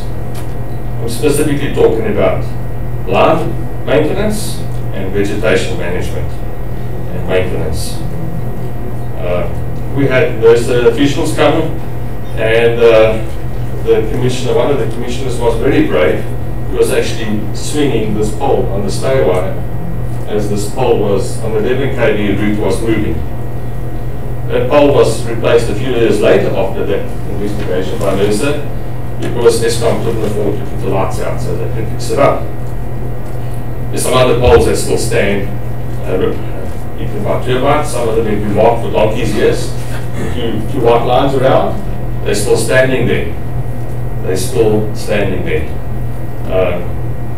So what has Eskom done in 10 years? At the last meeting that we had at Stagspread at Marathon, the Nersa commissioner said, Eskom, you do have access to this information, can you furnish this information? We've never heard anything from Eskom. End of last year, 14 hours, no power. You see, these statistics on the national grid will be like, okay, 70 seconds quality of supply, this is the quality of supply. But 14 hours, no power, okay? Eskom goes down, and you get this thing while we're looking at it. At the meeting with Nersa, that Nersa convened in Nelspruit, I found out it went down because 3 poles flew over. Now, if there were gale force winds like down in Cape Town, then I can understand 3 poles falling over can happen. Got a 100-kilometer wind. You know, you're going to cycle and then you can't cycle because you're going backwards. But that's not in Mpumalanga. 3 poles flew over. So under what maintenance neglect? Mr. Naru, sorry. You have only 5 minutes to finish the presentation. Thank you. So where are the fruits of the fixed costs collected by Eskom? We see no audits of Eskom supply to land rate users and are waiting for years of response in this regard. Yet we see ample compliance audits of the electricity distribution industry. So where Nersa would do an assessment on the Mpumalanga and how they're performing, when it comes to how Eskom's performing in their distribution to direct clients, I don't see anything. I would love to see a report in that regard. We hear about and see capital and maintenance scrubbing. This is the approach used by Eskom to save costs, and so they see where they can actually take away expenditure. And yet we are perpetually, without fail, billed for fixed costs. So our report card, if you have to write the report card, and we don't have any jurisdiction to write the report card, but as a public forum, this is our report card. Eskom has failed to indicate their due diligence and care for the items and the fixed pricing items. It has not shown that the amounts invoiced for these items have been faithfully expended in the client's interest after repeated requests and opportunity to respond. And the last thing is that they failed to show themselves accountable to Nersa in our case. January 23rd we had a meeting and they were given 60 days to come back and resolve the issues. We're still waiting. Matters for arbitration, we have no copy of our service agreement after waiting for that. We have no waiver for extensive plant in our property. We have failed vegetation management and no environmental management plan issue. And we have a failed line management. Eskom's incompetence is further noted by the recent work on our property with the transformer. They couldn't even tell us why they needed a neutral surge arrestor, and later they had to install it. Unfortunate that we as lay people have to tell them what to do. So, but here's the scary part. There's gross negligence. Eskom uses unarmored cable between meter kiosks and transformers. We've reported this even to Nersa. We're still waiting for an outcome. 100 kVA transformer, that's 160 amps of unchoked diesel energy. We'll take a pen that you have available here and scratch into the cable that's carrying that 160 amps of power and electrocute yourself. These are in homes or residences and so on where children are staying. So there's some energy industry tenants that we all are aware of. I've put them there forward to say that Nersa, this is what Nersa does. They're tasked to do it and they do it well. So, oops, I think I missed the slide there. So our appeal to Nersa is, please can you enforce that, what you're tasked to do, and let us not be held ransom by Eskom. This proposed increase, I don't care how many years it takes up, using 2002 as a baseline at 28 cents per kilowatt hour means that by 2018 we have 792% increase in power. If you include this 30% over 3 years or 4 years, that will mean you've increased the power by 1,136%. And then what we feel as a land rate user, and we don't have any other options really that are viable, is when we start reducing our bill and we start putting solar geysers in as a last thing to try to reduce our consumption, we would have had a 2,153% increase in our bill from 2002. Thank you.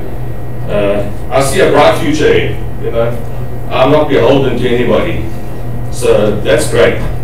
Never be beholden to anybody. I think we can learn from some of our leadership that have been beholden. Never be beholden to anybody. I don't have to look at Eskom. I can look beyond.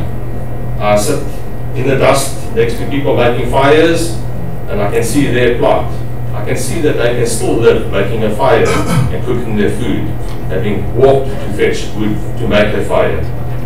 But we look forward to Nersa taking the lead to implement a radical approach that will not benefit Eskom's ongoing monopoly, but every South African who deserves cheaper, cleaner and more effective energy sector. Thank you all for your patience and have a good day.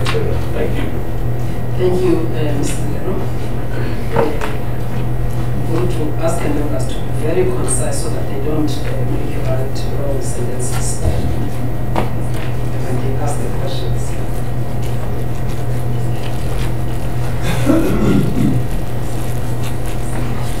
Right, Mr. Fule, I'm going to start with you. Thanks, Jim. So I don't really have any specific questions. I just think that, thank you for the presentation. I think our team that's here will take notes, as well as the Eskom personnel. And a lot of the stuff you've spoken about have to do with tariff issues.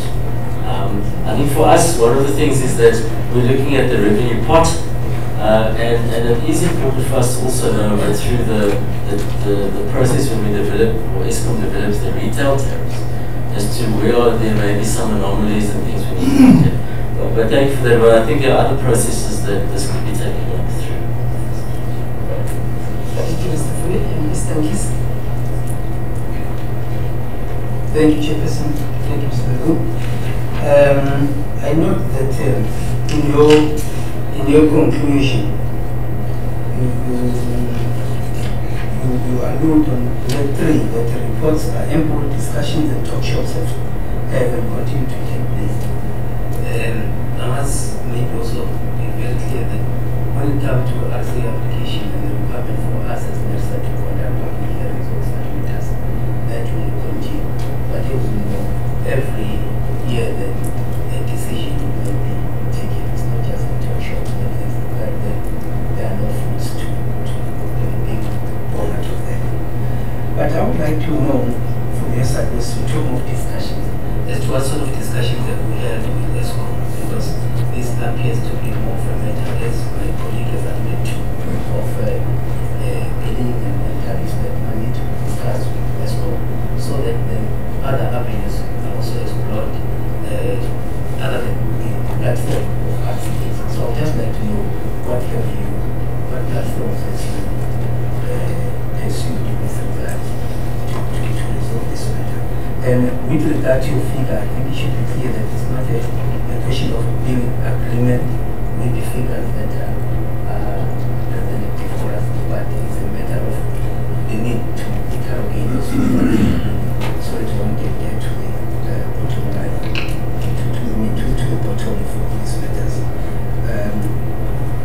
As pertaining to this RCA, I think if I get to correct your concern is that the fixed cost element is huge, and then this is posing an affordability issue for the people that you represent. I just want to confirm that, just for me to know that I'm getting the message right, because I want to explain myself what it is to us the application. Thank you. Thank you, Mr. Nkis. Mr. Mills. Thank you, Mr. Luru. I think, you've said quite a mouthful here, and in fact, the issues that you raise seems to be almost a microcosm of what happens nationwide. The issues of lack of maintenance, and then result in some poles failing and you not getting electricity for a couple of days. Is no different from the bigger issues of maintenance within ESCOM and the issues of all the areas where you're saying is gross negligence and and some of the wastage with installations that shouldn't be there in public spends. And I'm happy that some of the team at Nersa are looking and are trying to assist you. The one thing that I just want to understand though is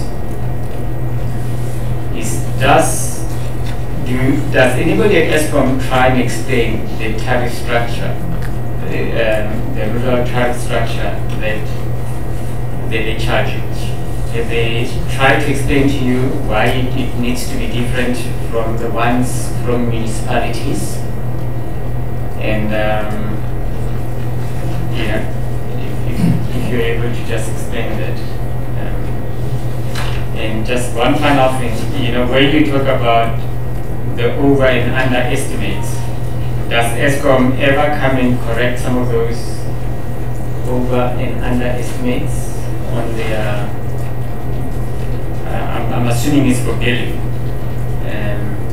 do they ever come back and correct them? And those are all the questions that but I think we thank you for your presentation. We'll note some of these issues. Thank you, Mr. Mudisa. Just one question from my side. And this is really based on the very key considerations that you have in your presentation regarding the importance of the long-term sustainability of the electricity supply. And those are the issues that the regulator must take into consideration as you have appealed to us. But also you indicated the importance of the regulator to enforce performance and compliance. Now, with the proposal that you made that the regulator must not grant ESCOM any increase whatsoever.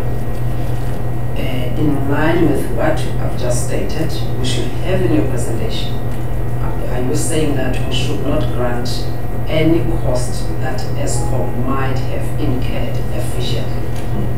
Are you saying that we shouldn't grant it at all?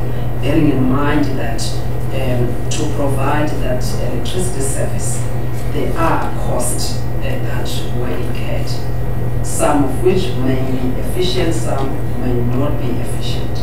But I'm saying that even those costs that are efficient, the regulator should not grant as well.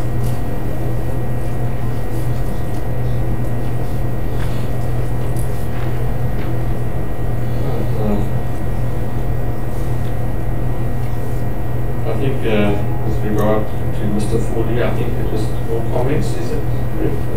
Just making sure that everyone had to answer. Okay. Mr. McKeezy, in terms of the talk shops and so on, I don't refer to Nersa's role or something like this as a talk shop. I think this is important and vital for good governance. But I noticed there's a lot of talk shops on the go that are discussing where the energy situation is in South Africa. One of them would be saying that new energy is going to be disruptive of everything that's happened before. I think worldwide there are things happening that we can take our cues from in that, and we should be listening to some of those. And then affordability versus fixed costs. Certainly, at the moment, as we reduce our consumption, our costs are actually going up, and costs are going up per kilowatt hour, which means then that we are now sitting in a situation where we cannot afford that any longer. It's, as I say, it's a double whammy. Doesn't matter which way you go, it's worse. That's not good for people. I'm talking about a pensioner that I go and visit, and there's a few pensioners that I visit who might take some supplies to them. They don't know where they're going to get another 180 rand from for the power. They're paying 600 rand a week. They've got no other resources to tap in. So that means that elderly, sick people will probably have to switch some power off somewhere, or be more vulnerable to risk in their old age as a result of not having power. To answer Mr. Madisa's question, we have been negotiating with ESCOM. We have a very good relationship with Mr. Saldas Magongo from the customer care, which is attempting to negotiate through all these issues. Obviously, he's on customer care. He's not on line construction and so on, so he'll pass it through to his colleagues. We've got the problem on the line construction side, the line maintenance side, the vegetation maintenance. So we are and have been engaging ESCOM for many years. The estimates, the underestimates and overestimates, I think Nersa needs to know this, because you don't maybe see what we see in terms of our statements. Typically, when ESCOM has an opportunity, the estimate is normally up. Sometimes, if it's a seasonal fluctuation, they might have a slight down or a slight plateauing. But it's normally in their favor to say, I'm making more money.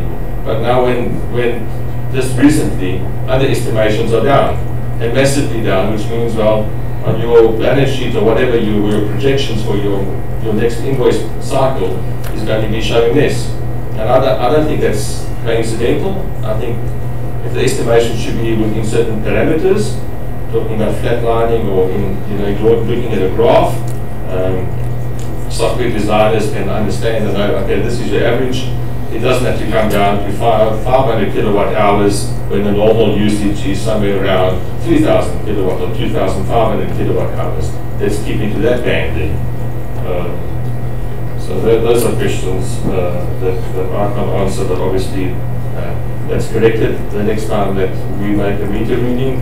Sometimes what we'll do is we'll actually phone in or submit a meter reading as soon as we can, because we've actually, if they run an estimate, it means that we've overseen going to the pole and actually submitting the meter reading, and then we'll submit it and say this is way out, but otherwise it will be corrected on the next statement. And then to Madam Chair, the importance of long-term sustainability. I would say efficient costs, but I've been blatantly lied to and contradicted by ESCOM in meetings with Nersa, where they've made statements to me that are totally unfounded, that they cannot substantiate. So I would say efficient. Certainly on our side, there's no efficiency. We don't see that efficiency. And I think if this runs through the fibre of the SOE, then that should be penalised. These guys need to work out something. So obviously by law you have to say, well, if there's 40 billion that you have to grant, then maybe grant it to them over the next 10 years or something like that.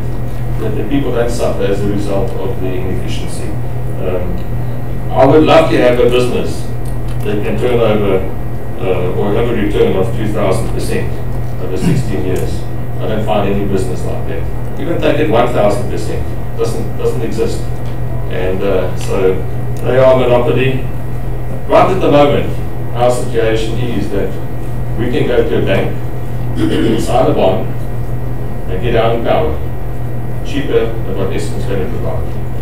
Now, I can't understand that if they're not putting capital expenditure into our plant, how on earth do they justify their costs? And how do they think they're going to stay alive in the next 5 years or 10 years? Certainly land rate users, they've got the option.